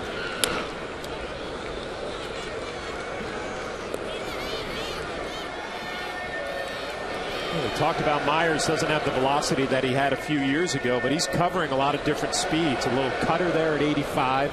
Al, you mentioned the good changeup, the good curveball. If you have all that mix and you throw 90-91, it's going to be effective.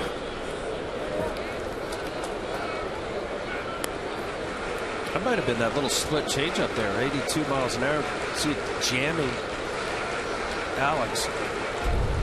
Let's see if this is a little changeup spin. Yeah, a little split.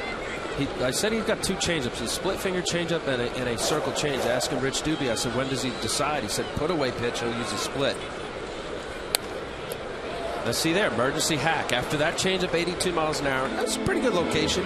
Outer third, 92. Certainly enough for A-Rod. If he's sitting on it, he could turn on it. There's an excellent slow motion shot of the release. This is pitching right here, folks.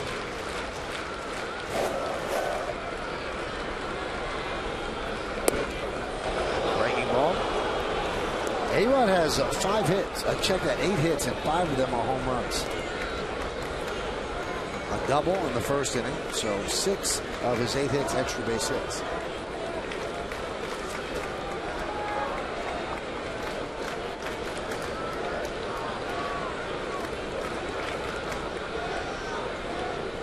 And the 1-2 pitch.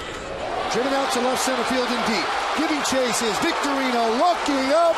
See ya! A home run into the Phillies bullpen. The Yankees on the board. Another home run for A-Rod. And the Phillies lead now 5-1.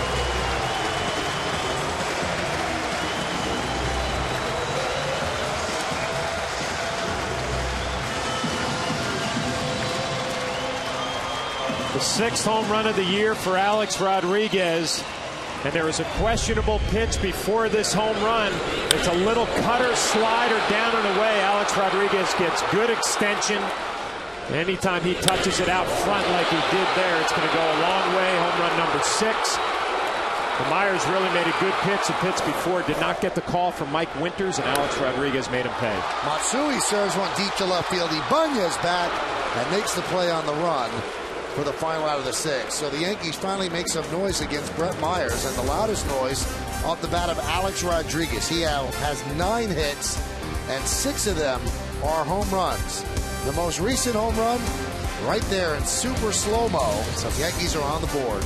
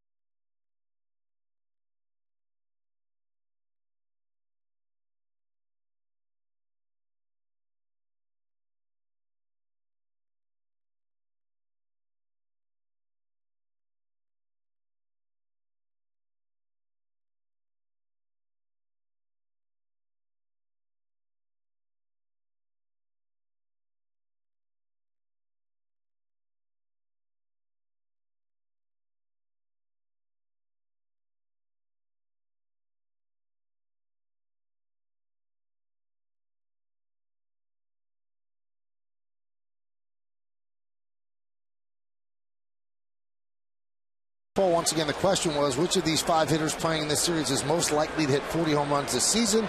You've been texting your vote to 58772, and here's how you voted. 35% think it's going to be Mark Teixeira. Alex Rodriguez, 34%, so just behind. Then Ryan Howard, Raul Ibanez, and Chase Utley. So we thank you for your votes. And Joe Girardi makes the call to the bullpen, brought to you by AT&T. Your world delivered. And the call to the bullpen brings on Chien-Ming Wang, who was added to the roster today, came out the DL. They sent down Jonathan Albaladeo. Now, we all know the story of Chien-Ming Wang. He had an awful beginning. Look at the ERA. If he throws 40 straight scoreless innings, his ERA would still be 4.50. So he's got a lot of pitching to do in order to get that down to respectability. A lot of good pitching to do. Well, I'll tell you, if he even remotely thinks of that, Michael, he will have a dismal year. You can't think of that. If I were him, I would think my season was starting now. I mean, what's past, it's happened. You can look at your season and say, wow, you know, look how I turned it around from here. Be worried about an ERA. Well, the one thing that they tried to straighten out with Wang, they want his pitches to sink. He doesn't throw 95 anymore, so if his pitches don't sink, he's going to get hit hard. And this is a tough part of the Philly lineup to come in against: Ibanez, Howard, and Worth.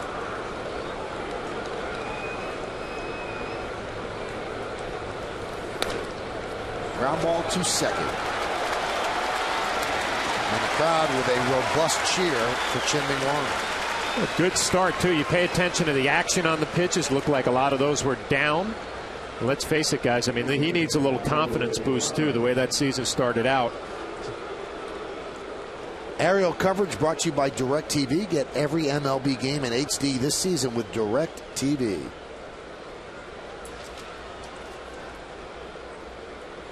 This is the 3rd career relief appearance for Chien-Ming Wang. As we mentioned earlier, he was supposed to start tonight for AAA Scranton Wilkes-Barre against Pawtucket. But because the Yankee bullpen threw so many innings last night, they wanted him in case Burnett was taken out of the game early, but now they just want to get some work. But keep the game right here. This is certainly not a throwaway game. 5-1 is eminently doable for the Yanks. Well, in addition to what you said, Michael, about the sinker, yes, you want a power sinker. When Chien-Ming Wang is on, and he won 19 games in 2 years in 06 and 07, they also want to see another pitch that he could throw for strikes when it's not on. You know, you get in that 2-0, 2-1 count, and you're repeatedly basically throwing the same pitch, which he has done. a very inconsistent slider. He threw a changeup there the second pitch. Again, when you can become predictable, they can sit on a certain pitch. And unless it's just nasty, late movement, great velocity, then it's hard to square up. But I think they were also looking for him in those minor league starts is to him get a little more consistent with his slider, which is the second pitch. Because you're not always going to have your A game. And his A game is, as you say, Michael, that power, hard sinker. 92, 94, he's hit more than respectable. I'd like to see him get that something else to offset the hitter. Slider, changeup.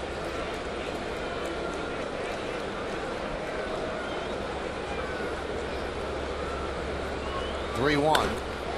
That is driven deep to right center field. There it goes. See ya! A monster home run.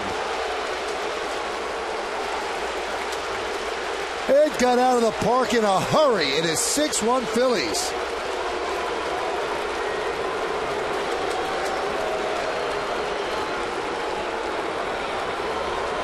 Well, Banya's National League leader at 15, now 16.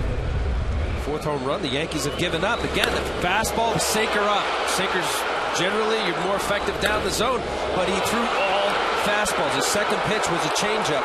And that ball's up in the zone, and again, they can sit on a pitch as Banya's just did there. A good major league hitter, and Banya's is that. They'll square it up. That is one of the longest home runs we've seen here. That one over the Yankee bullpen. He crushed it. Well, home run number 16. He's gotten off to just such a great start. But as Al said, a sinker up in the zone. Rollins loved it. Went a long way. But we talked about Chien-Ming Wang looking for a little confidence. That's not going to help. And since that home run, a sinker up and a bad slider there. So the one thing we've seen from Wang in his young career, won 19 games 2 years in a row, but the ability to slow the game down, Al, take a step off the mound, regroup, get back to that sinker down, and execute some pitches. And the 2-0. 3-0. 16 home runs for Ibanez at 41 ribbies.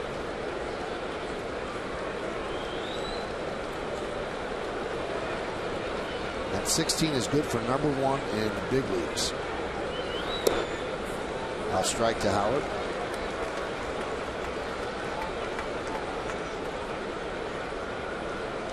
You know, part of that, John, you mentioned about slowing the game down. When teams and scouts and advanced scouts, they scout enough to know what each player has. And you have to say that 2 years of 19 wins is staying under the radar, but he has that kind of sinker, Chien-Ming Wang. Maybe it's not quite there. He had a foot injury last year. Maybe his timing or his landing's off. You know, he says he's 100%. You go with that. But it's constantly the game of adjustments. You hear guys all the time. They'll be in the big leagues for a long time. They'll develop another pitch or maybe tweak their delivery. You know, his hitters will change their swing or go a different approach. You know, that's just, you know, when he's on, yeah, it's beautiful. See the power sinker, get a lot of ground balls. But when he's not, you got to have something else to go to. How many games a year, if you have 34, 35 starts, how many are you just on? No problem. 10. I would say that would be a good year where you just say, you know, just throw your hat out there, your glove out there, and you're going to be on. Strike 3, Howard down looking. Which really, I mean, you know, it's a good point. Probably for the same as a hitter. You know, how many games where you just feel like the ball looks like a beach ball and, you know, everything's just going? A month and a half, so the rest is a battle. Same thing for 25 starts for a starting pitcher. Battle. You know, much of it, you know, assuming that all the players, you know, are healthy, you know, then you go from there in your evaluation as to what you need to do to stay at your best. Mine's always, you know, A games are great, but what do you do when you have your B game? Or C? I mean, there's plenty of games where you guys will go out there. You mentioned Coney. You know, how many times, you know, that he's didn't have his great stuff, but figured it out. He made the adjustments along the way. And those are rewarding games for a pitcher. There's a strike. Jason Worth is homered tonight. In fact, the Phillies have 4 home runs. So 5 more home runs hit in this game. 1 by the Yankees, 4 by the Phils.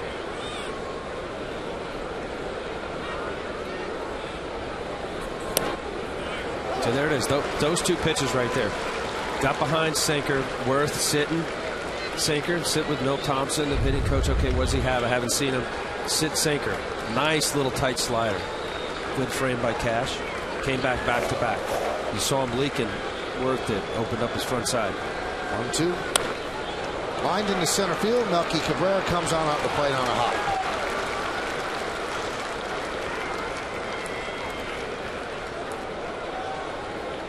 Back-to-back sinkers or sliders, then decided to go with a sinker, and Worth just did a nice job blocking it off the center field. Dave Eiland going to make another trip to the mound.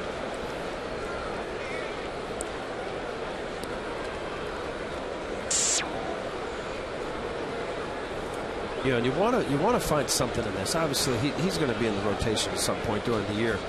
And even though you're disappointed, he wants to come in, have a good outing, gives up a big home run to Ibanez, nice at bat to Howard. You can, put it in a little box. Okay, that was a good feel. I had a good sequence there. Worth 2 back-to-back sliders, missed, didn't get in enough on his sinker inside. Phil Hughes getting ready for his start. Obviously, Phil Hughes knows that when Chien-Ming Wang's ready to start, he's got to go into the rotation. And Phil Hughes would be the guy who would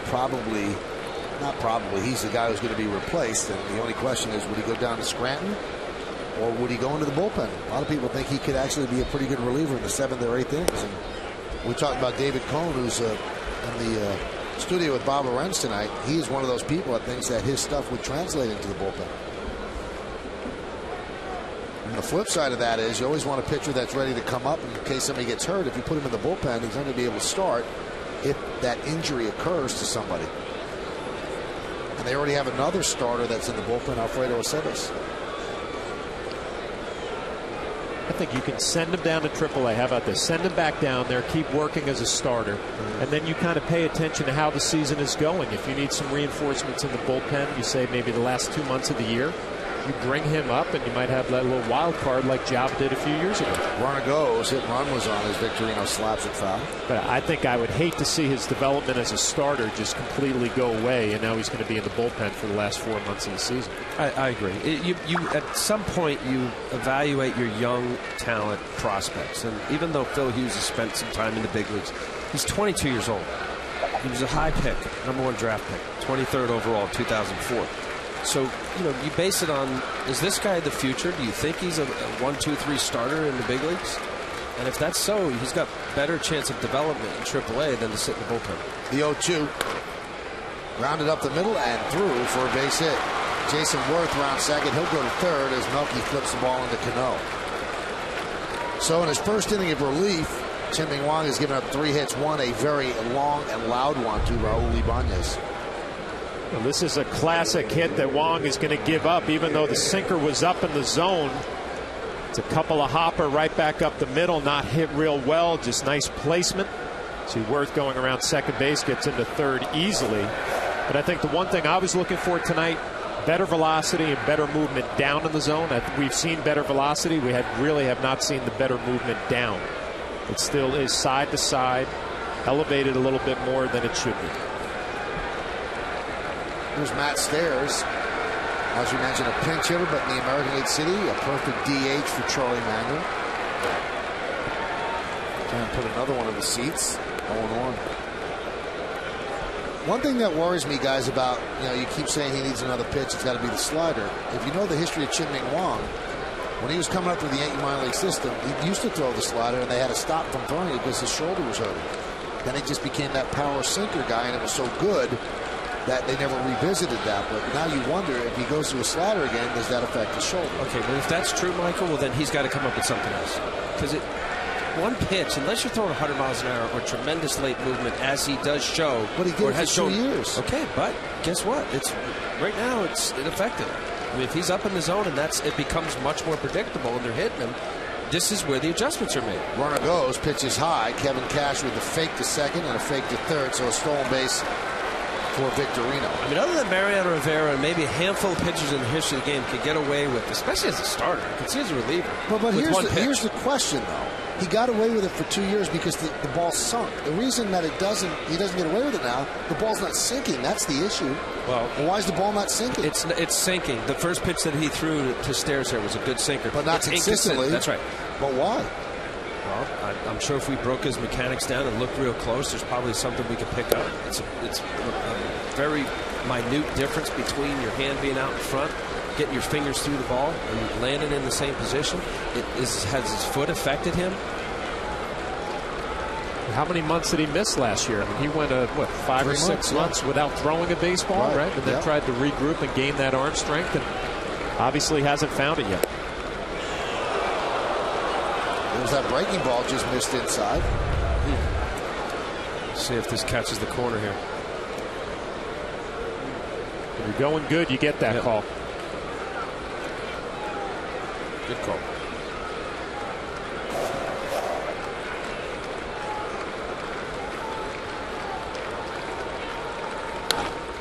Hit sharply to Teixeira. Gobbles it up and steps on the bag, and that's going to do it here in the 7th. But the Phillies get a run on 3 hits, no errors, and 2 men left at the end of 6 1/2. It's time for the 7th inning stretch here at the stadium. The Phillies lead 6-1, but we stay where we are as we honor America here in the Bronx. Silent prayer as we remember the servicemen and women who are serving our country at home and around the globe.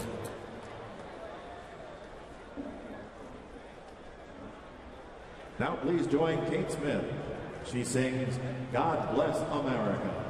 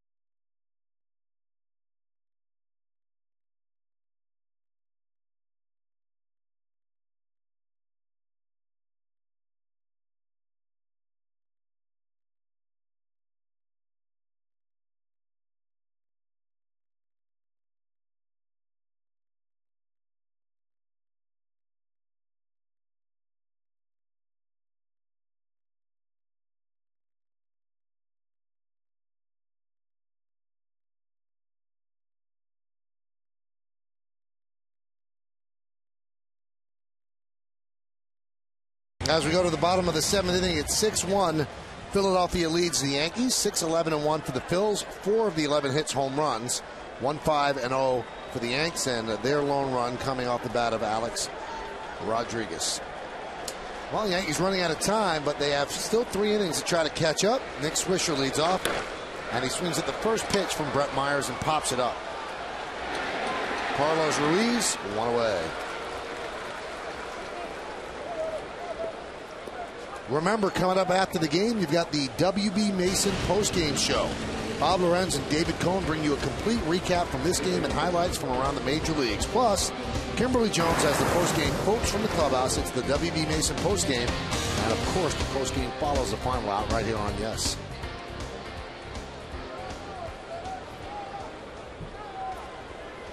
Here's Robinson Cano. He is 0 for 2. But he reached on an E4 last time up. There's a strike. Well, Brett Myers faced the Yankees one time before on June 19th of 06. 6 2/3, 6 hits, 6 walks. And he got the win. That one has popped up. And he is working through the Yankees with, I'm not saying ease, but certainly it doesn't seem like he's laboring that much. It's never easy.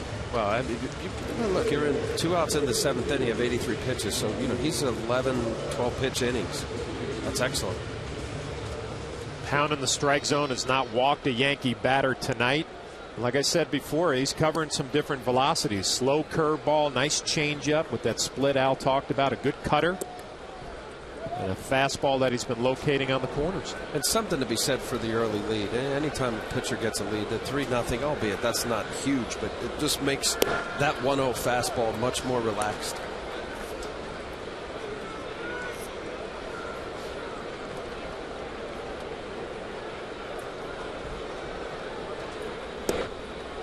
Wow, if you're looking at Myers tonight, this is one of those 10 starts during the year where you have your A game. You have all your pitches working. You're able to locate. Those are the games that you have to have quality outings with good stuff. That one is a fair ball inside first, and it kicks out to the right fielder. Worth comes up throwing, and that holds Melky at first. That's a smart move by Cabrera. You're down 5 runs. You don't need to be challenging Jason Worth's arm.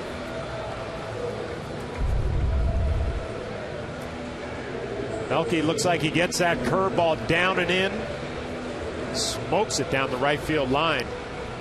Been impressed with the Phillies defensively tonight. Executed a perfect relay in the first inning. And Jason Worth, a nice play here.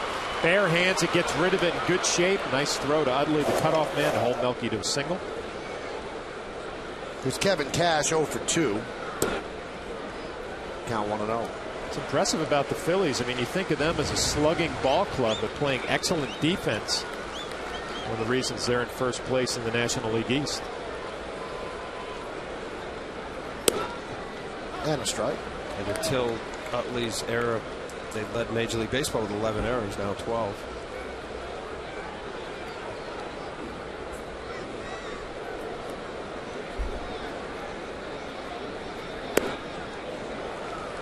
Count 1-2. Mentioned about the change in speeds, John, right? He really has done that well. And yeah, you mentioned about the 10 or 12 starts. This is probably one of them. He's coming off his best 2-game back-to-back games in his last 2 starts, and you've got to include this as 3 good starts in a row. And for the Phillies' sake, we mentioned at the beginning of the game, their rotation has been borderline horrendous.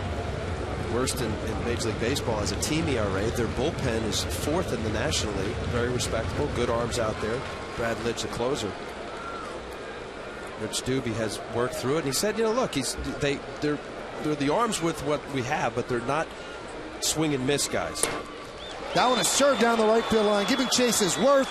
He's there, and he makes the play for the final out of the inning. Good jump by Jason Worth. No runs a hit, no errors, and 1 man left. The strong 7 innings for Brett Myers and the Phils.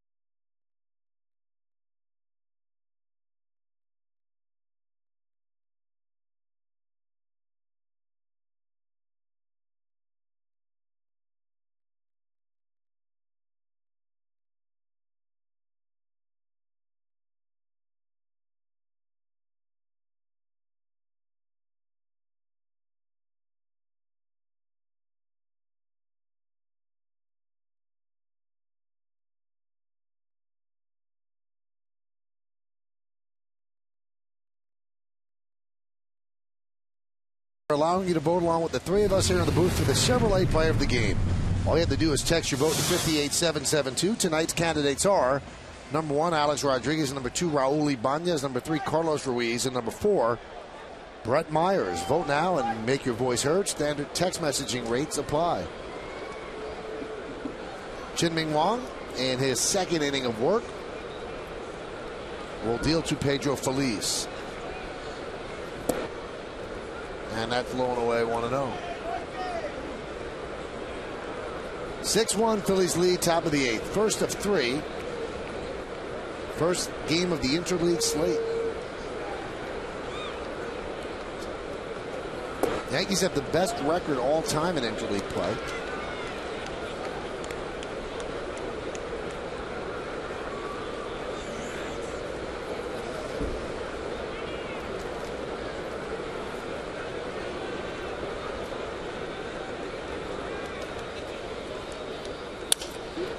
Hot shot up the middle. It's a base hit. Now, he's making the right pitches there, as Al said before. If he gets you to hit the ball on the ground, he can't make sure you hit it at an infielder. So that's not a terrible hit.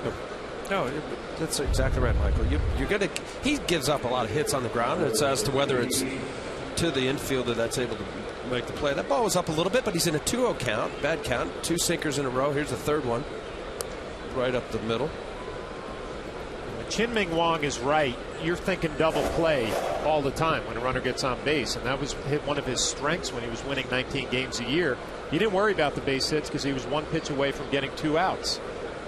He really is the epitome of getting the leadoff batter. If he's got 1 out in the inning, he's always 1 pitch out of the inning. And the pitch to Carlos Ruiz is a strike. Now, Al, you liked interleague play. 17-11 with a 3.71 ERA. I did. That was fun. I still like it. I think interleague is still good for the game. I'd like to see a little less, more of the regional rivals. I think the natural rivals, Mets, Yanks, or something. Yeah, but that's tough, regional. Al, because there's some teams that don't have regional rivals. Somebody's close nearby. You see the best records in interleague play. Oakland is next. Very close. They played 2 more games than the Yankees and lost them. There's a strike. I talked to Joe Girardi about it. I think that most managers don't like it. And he said, I don't mind it because it's good for the game. And I really, truly believe that he means that. He said, but when you've got a wild card, I think that the schedule should be the same. He said, because there are teams that are battling for the same spot and they have easier schedules according to which division you play. Well, I know, having been with the Mets 7 years, and when we had to play 6 games, 3 was bad enough or tough enough when you played the Yankees during the heyday of the championship years. Then they added the home and home series, and it was definitely a disadvantage for the Mets, who played a better team.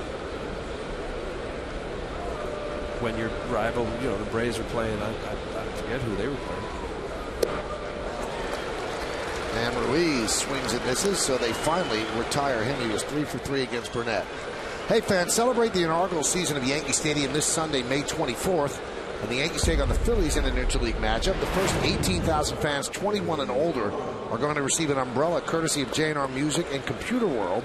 For tickets, log on to Yankees.com. Visit the Yankee Stadium ticket window, Yankees Clubhouse shop, so you can call Ticketmaster at 877-469-9849.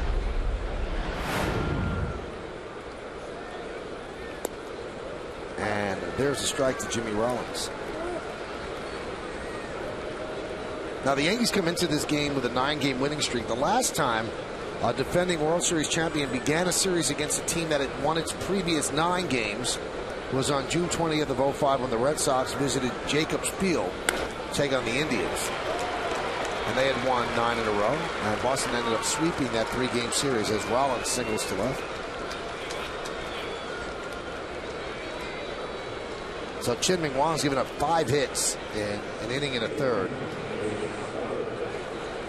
Kind of what Al was talking about before. You can go up there against Chien-Ming Wang. You see his pitch count at 37. For Jimmy Rollins, you look for a pitch out over the plate. You stay on it. You drive it the other way.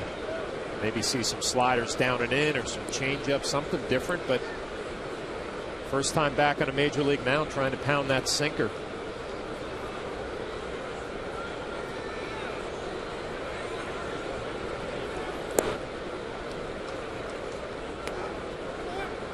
Count 1-0. Now, interleague play actually claimed Chien-Ming Wang from the Yankees last year, and a lot of people feel that that was one of the reasons they didn't make the playoffs. And also, they lost Jorge Posada for a lot of the season, but he was running the bases in Houston, suffered a list frank sprain. There's a ground ball, base hit to right field. Grounding third is Pedro Feliz. Here he comes. Swisher bobbles the ball, so there's no throw home. It's an RBI single for Utley, and now the Phillies lead 7-1.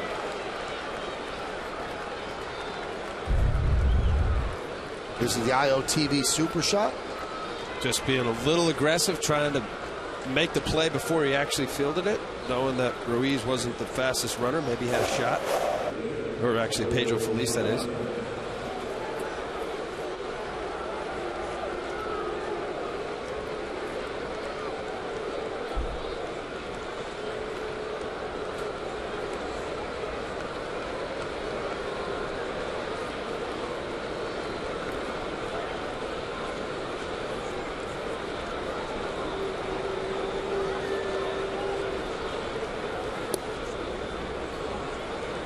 Ibanez is outside. It's a count right here. You'd like to see him get away from that sinker. You know, maybe a little slider in or a little change up down and away. If you're Ibanez, you've already hit a long home run off of Chien-Ming Wang and a high sinker. Home and off speed pitch here. Grounded to Cano. He puts the Jeter one on to first. It's a double play. Great play by Robinson Cano. A hot shot up the middle. He turned it into a 4-6-3 double play. But one more run for the Phillies. One run. 3 hits. No errors and 1 man left. No further damage because of this sweet 4-6-3 DP. We go to the bottom of the 8th.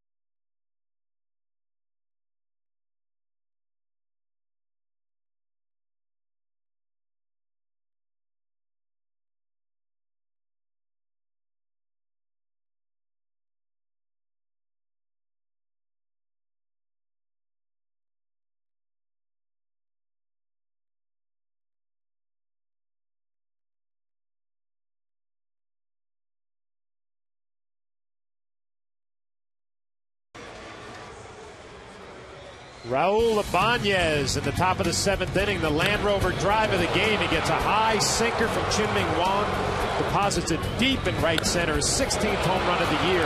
He did not hit his 16th home run of last year until August 4th. Got off to a great start. His teammates loved it. The Land Rover drive of the game.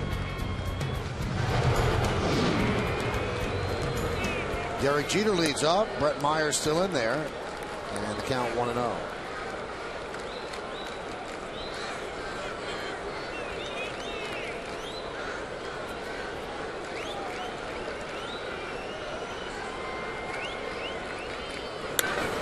Driven out to right center field. That is going to be trouble. That ball is gone. Jeter goes the other way into the Yankee bullpen. A solo home run. It's now 7-2 Phils.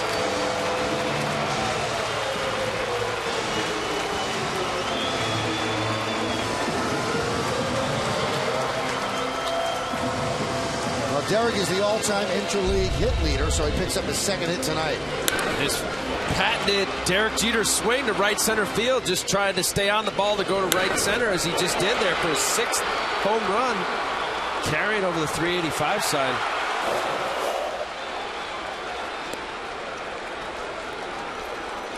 Pitch to Johnny Damon's upstairs 1-0. Still no movement in the Phillies bullpen.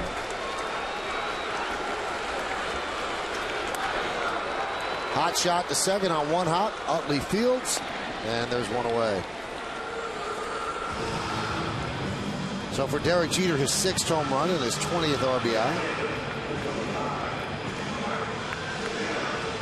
Well, after that out, 7 1/3 inning is Myers' season high.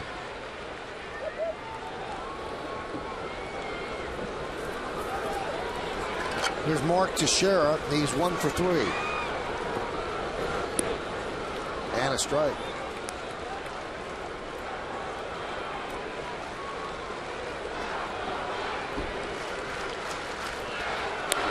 That one's driven deep to right.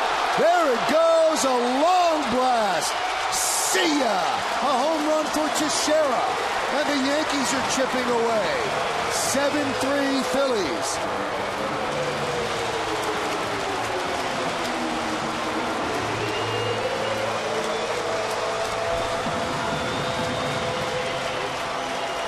Mark Teixeira hits his 12th home run of the year, and it looked like it reached the sweet level.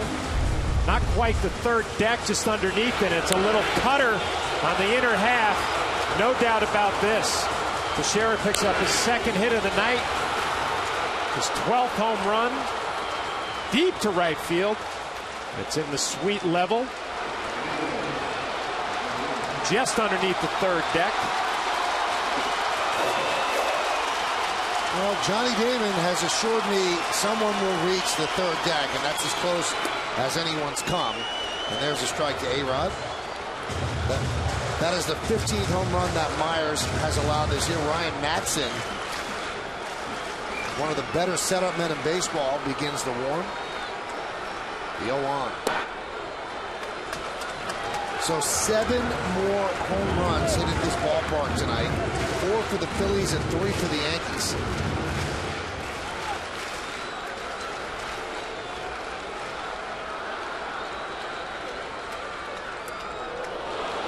Swung on and missed.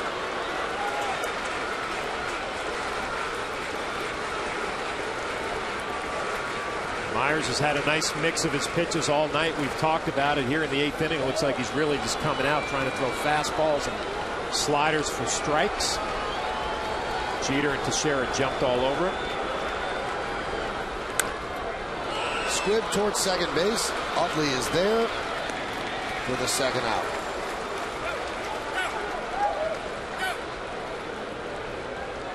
Well, a Derek Jeter fan got Mark Teixeira's home run ball, and that is the first home run hit in that sweet level.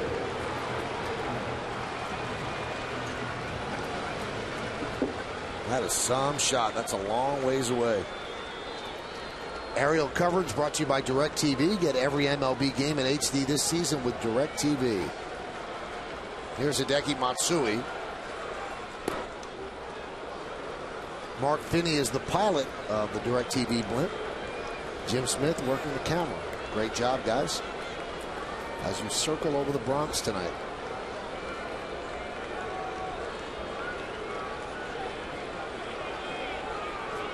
The 0-1. Count 0-2. 105 pitches for Myers, 76 strikes, 29 balls. What a great strike-to-ball ratio.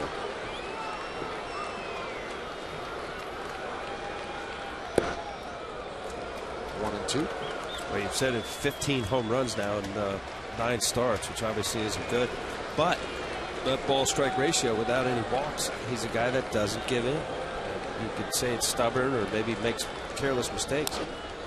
Tapped right back to Myers, so he's going to give the Phillies 8 innings. But the Yankees chip away. 2 runs on 2 hits, both home runs, no errors, and nobody left on base. Derek Jeter started the inning with a home run into the Yankee bullpen at right center. Then Mark Teixeira went yard into the suite level, right under the upper deck. Let's take this baby to the ninth.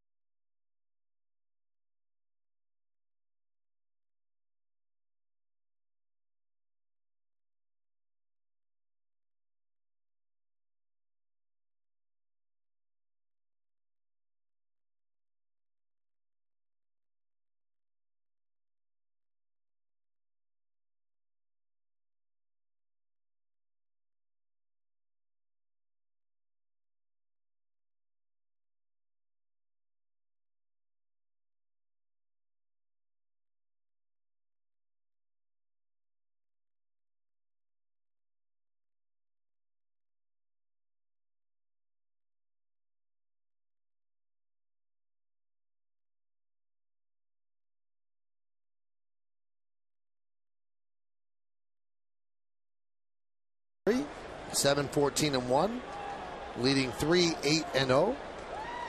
Chien-Ming Wang for his third inning of relief. He's allowed a run per inning and he's allowed 6 hits. Here's Ryan Howard. So Chien-Ming Wang off the DL. And he deals to Howard low, 1-0.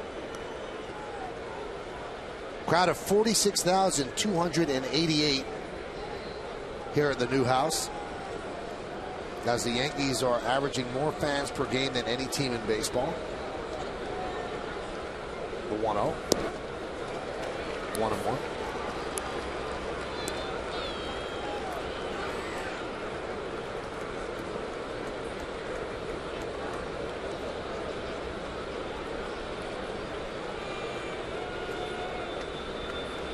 And the 1-1.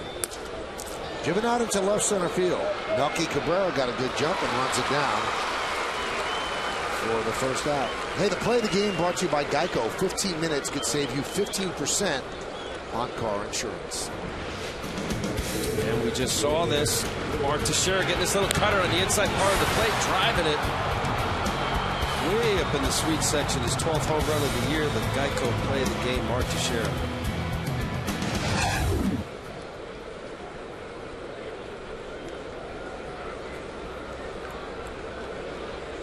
Here's Jason Worth. Pitches low. Worth is 2 for 4. 2-run home run in the 5th. A single to center off Wong in the 7th.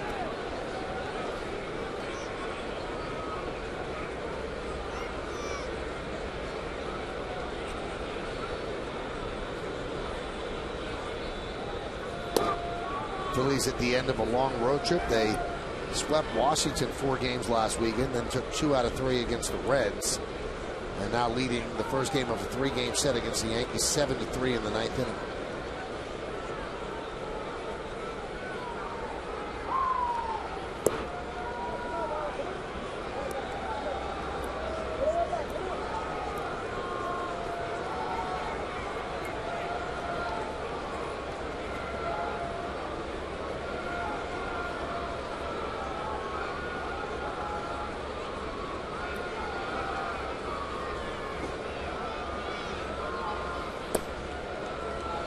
And he ends up walking Worth.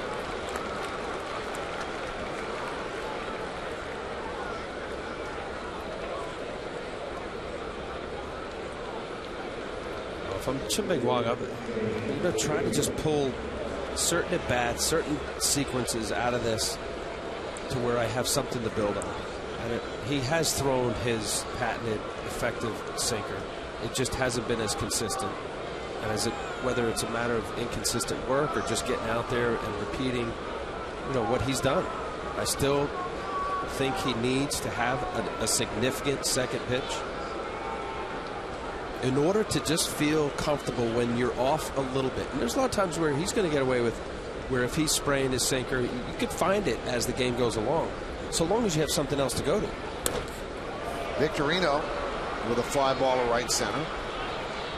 Melky calls off Swisher, and they're a two-way. Yankees baseball on Yes is brought to you in part by Dunkin' Donuts. America runs on Dunkin'. By Firestone, a tradition of innovation. And by Avis, the official rental car company of the New York Yankees.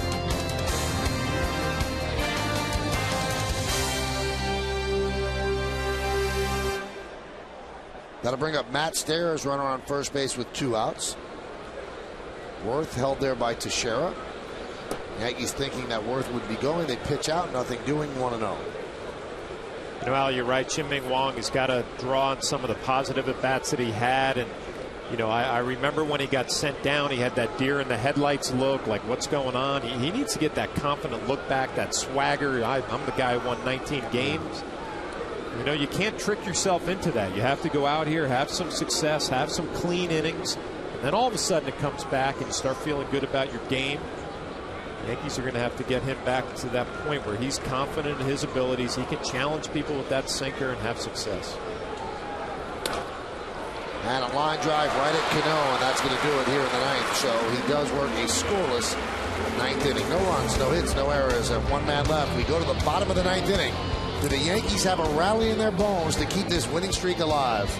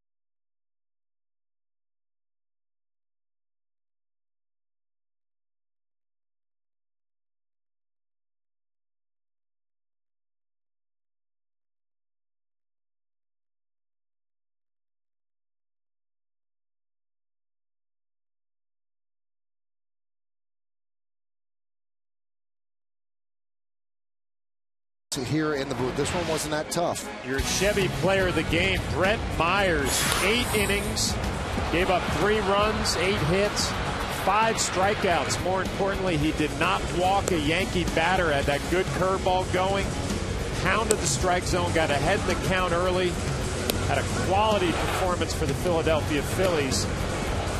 Had the Yankees on their heels all night. Your Chevy player of the game is Brett Myers. Oh, Ryan Madsen, really an outstanding bridge to Brad Lidge. Comes in to pitch the ninth, 2-1, 3.38, 19 strikeouts and 18 2/3, 17 hits, 6 walks. This guy's the goods, and was a big reason the Phillies were able to win the championship last year. Now the Yankees have to come back in this ninth inning if they want to keep their 9-game winning streak alive. The Yankees have had 16 comeback wins. Swisher starts it off. Swisher, Cano, and Cabrera. 6, 7, and 8 in the Yankee order against the tall, lean right-hander. And a strike. Good news for the Yankees, they've had those comeback wins, so you can kind of draw on that, some confidence that you can do it late in the ball game. Bad news, you're facing Madsen, one of the premier setup guys in the National League. If you do it, you're going to earn it. Well, you mentioned Michael. He's 6'6". He gets really good playing. The angle to home plate is excellent. He stays tall, and he's got a very, very good changeup. It's really plus fastball with this changeup. There it is right there. And that's a tough combination. What makes Ryan Madsen so hard to hit? A 93, 94 power fastball with a very good changeup. Nick Swisher thought that was outside. Takes a step out of the box to voice his displeasure and just collect himself. Swisher tonight is 0 for 3. He was 4 for his last 35. And now 4 for his last 36. He's had a rough night, 0 for 4.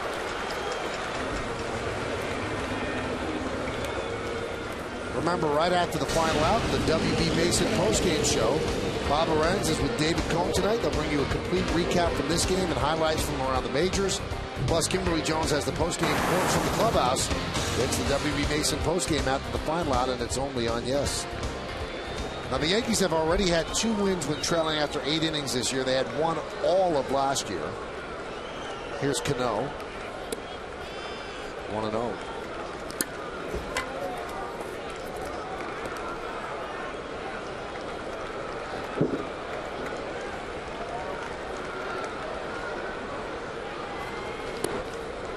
Strike to Cano. Cano grounded to short.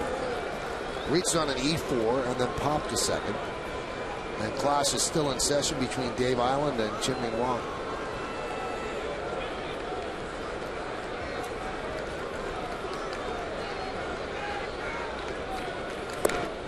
Al, are you able to process during a game when they're trying to teach you stuff?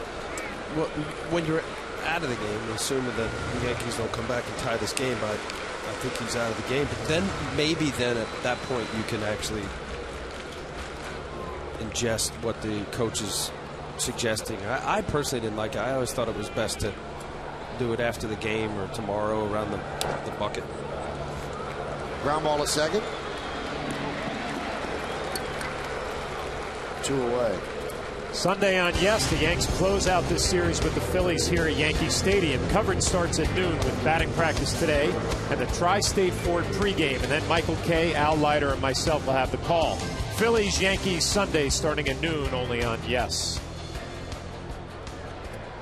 You know, because of, the situation where Wong is in, obviously Dave Island, he's got, when a pitching coach is working with certain mechanical things, there's definitely something specific that he's able to identify and see that whether he liked what he saw or didn't. And I'm sure Dave Island is pulling out all of the positives or trying to convey, look, you did this well, this is something to build off of. Cabrera fouls it away.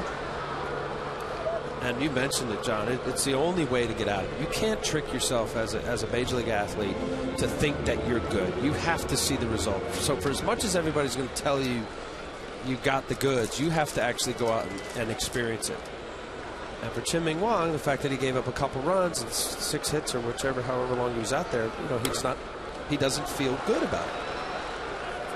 And that's when, the coach will draw something out of it. Sequence. I thought Ryan Howard's at bat. He had a good sequence. Bringing him up. Some good sinkers. Just a little bit off in consistency. And that's the difference. And that's a hot shot to Howard. This should do it. He beats Melky to the bag. Madsen works a 1-2-3 ninth inning. And the Phillies snap the Yankees' 9-game winning streak with a 7-3 victory here at the stadium. So the Phillies, who have been playing good baseball as well, they now continue their dominance on the road. 15